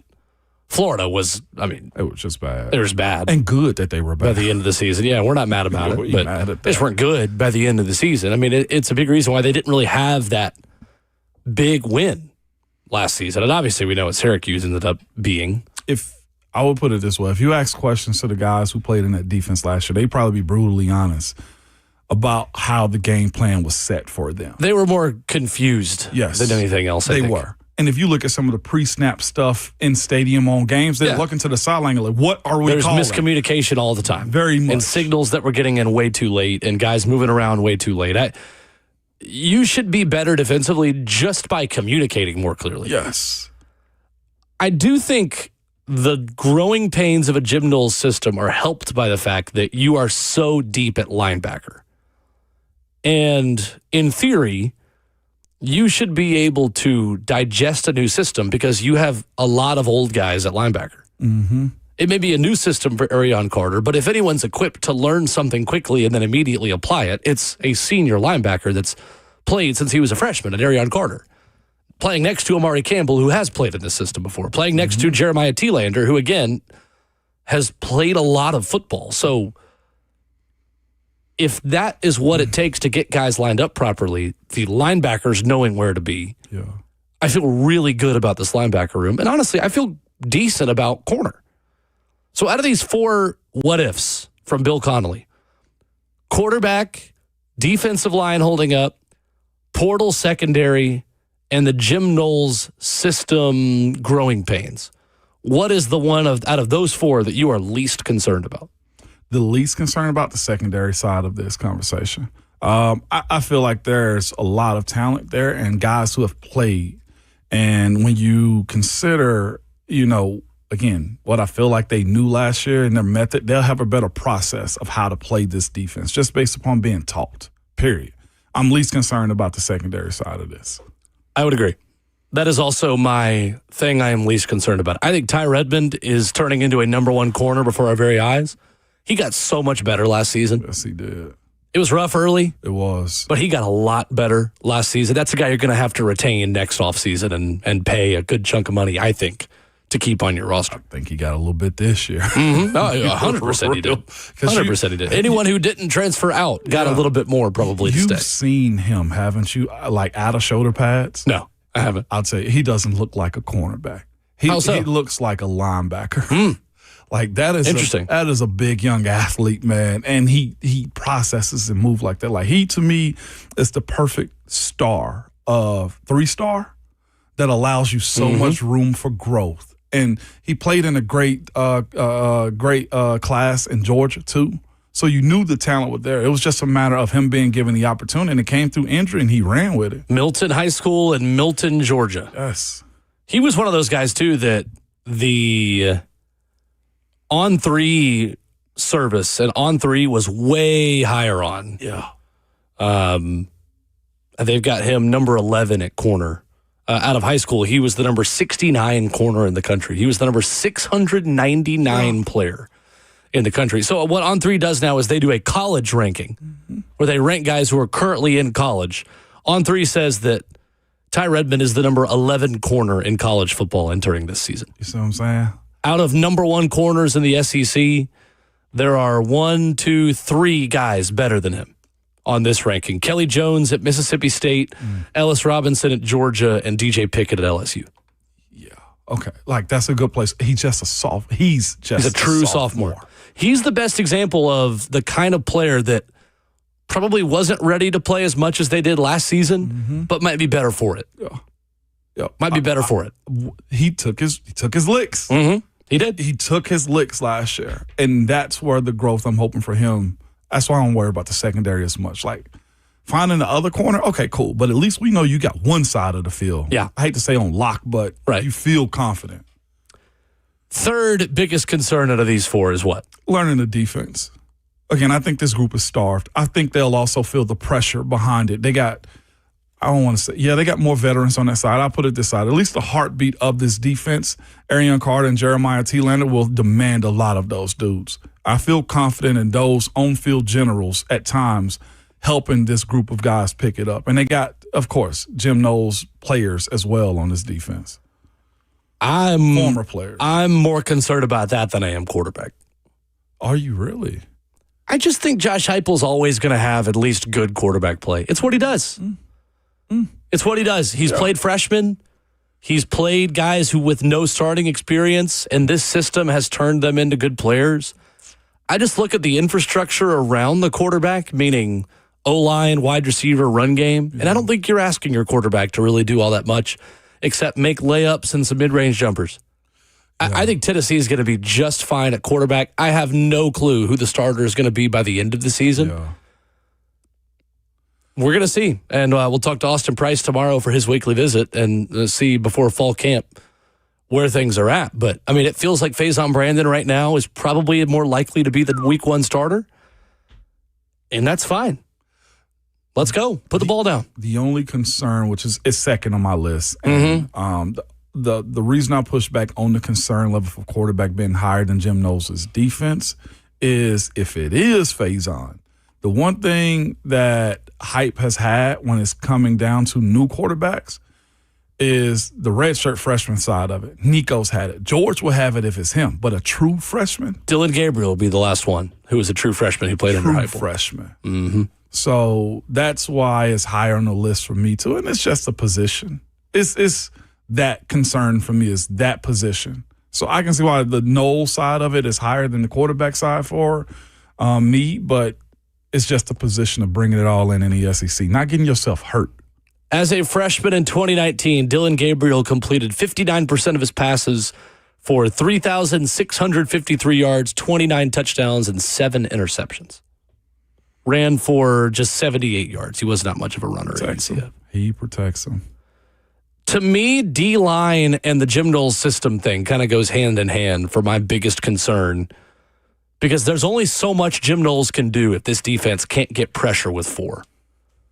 If you are constantly having to send pressure from all areas and blitzing 5, 6, 7 guys to make quarterbacks uncomfortable, then what kind of mismatches are you creating in space, and what kind of vulnerabilities are you putting on a secondary that I think should be good, but I'm not sure if they're great. Right. So to me, I am worried about the Jim Knowles system taking in year 1, because I'm just not sure this team has legitimate pass rush that's consistent against SEC tackles. Fair. When it's 3rd and 8, do you have a guy that can win off the edge with speed and get home? I don't know the answer to that, and I'm not super optimistic about it. There's just not a lot of depth there. That. Like, if either Marion Dye or Jordan Norman gets hurt, we're talking about freshmen with no experience being thrown in there. I have more faith in Josh Heupel getting more out of his freshmen with a bunch of vets around him than I do a first-year coordinator in Jim Knowles getting the most out of freshman edge rushers. It just comes down to that for me. Guy's going to have to grow up fast. Real fast. Real fast. And Marion Dye was a really good recruit coming out of high school. Yes, he's not proven it yet at this level, and he's a little bit of a bigger defensive end, Yes, but he is. there's no time to grow up. For him and the Tulane transfer, Jordan Norman, they're going to play a lot of snaps. How fresh are you in the fourth quarter, considering how many snaps you're going to be playing? There's going to be a lot asked of those 2 guys at edge rusher. For that, and also getting David Hobbs, his health.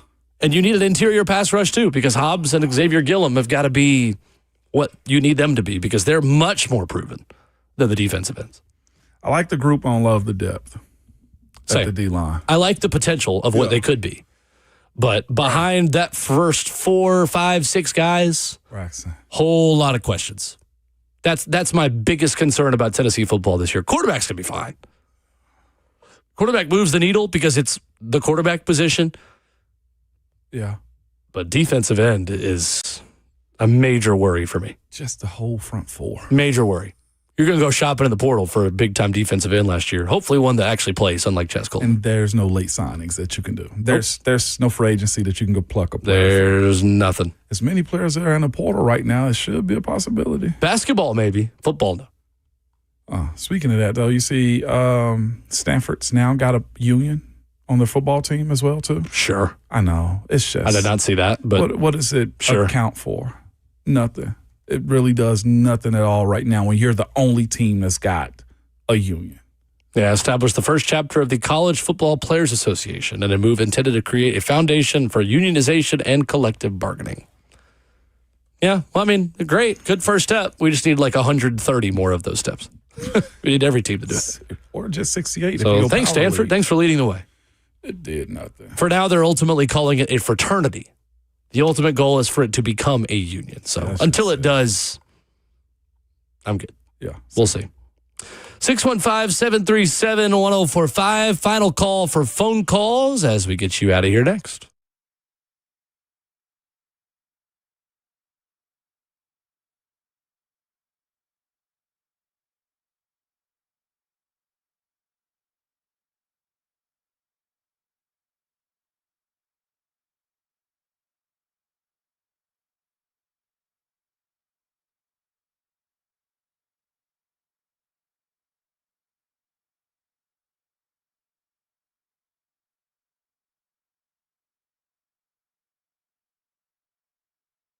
When you start noticing cracks in the walls, uneven floors or driveways sinking and separating, it's more than a home issue, good people. It's a peace of mind issue. That's why who you choose for foundation repair concrete leveling, it really matters. I trust United Structural Systems because they've been doing it the right way since 1994, right here in Tennessee. USS, they don't believe in the quick fixes or those scare tactics.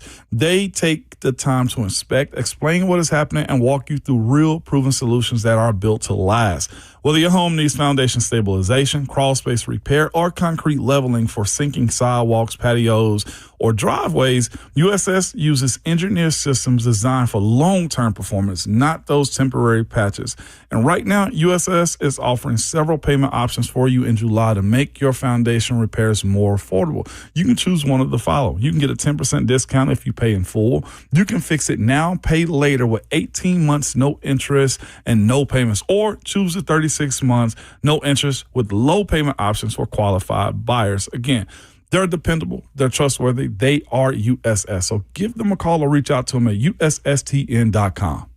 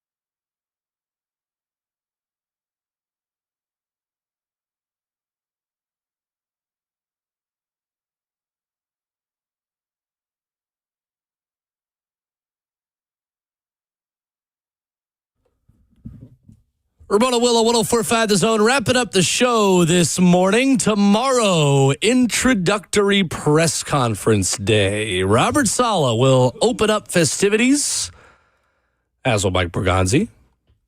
And we're excited. We're feeling good. We are. We're ready. Absolutely, we're there. Football. Need we say anything more? No, we shouldn't. Okay, good. I was over there messing in the break room with Buck and them and Bert and Lucas. The stories that they have. I had to leave because as much lightning that was outside last night, I feel like a lightning bolt is going to hit that room over there. So I removed myself. Why is that? That's full of just ratchetness and just stories and conversations. They told me something. I'm going to just let them tell it on air. We were talking about the Eric Bieniemy stuff over there for a second. Yeah, that's a crazy story. Very crazy story. Football is giving back in ways I don't feel like we need to have it give back this week. The wife of Chiefs offensive coordinator Eric Bieniemy was shot Sunday night, according to a report this morning from ESPN, at the couple's home in Virginia. Mia Bieniemy, 57-year-old, is hospitalized in stable condition. Police in Loudoun County, Virginia, confirmed a person was being treated for serious injuries but did not close their identity. Eric Bieniemy was with the Chiefs earlier Sunday in St. Joseph, Missouri, for their second practice of training camp. And police responded to a report of a shooting at a home around 7:30 last night. Chiefs are aware of it. Bieniemy rejoined the Chiefs earlier this year. The speculation, there's been someone arrested as well. Has there? Okay. Yes, I think Hawk had it for us as well. Yep, everybody's breaking it right now. Is breaking. Elijah Bieniemy, the son of Eric and Maria Bieniemy, has been charged with 3 felonies. Oof.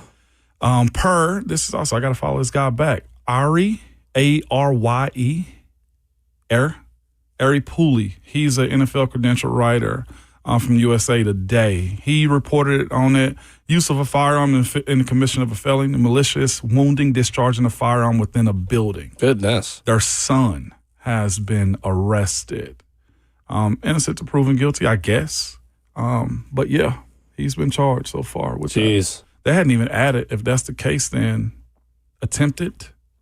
I don't know. Yeah, we'll see. Yeah, that's crazy. Whew. And then you also have the NFL's 33rd team as well. Got big news. Michael Lombardi paid administrative leave at North Carolina. For HR reasons. Tough. Not great, Bob. We didn't need this start of the NFL season. We never need this. That's right. Golly. Tomorrow at noon, Mike Berganzi and Robert Saleh press conferences. Practice Wednesday at 10:15. Be here before we know it. Mm-hmm. Absolutely. I'm so ready. I get to this point where it's kind of just a waiting game of the jersey countdowns and the this many more Sundays. It was 50 days until NFL football, or NFL Sunday, I should say, on Saturday. I will say, we're inside 50 days. I'll give a huge shout out to the non-folks, okay? Major appreciation for FIFA, okay? Soccer this summer. Hey, we're not going anywhere. Much appreciated. We got a tweet earlier today. When's it going to be over? So what? Soccer, LOL.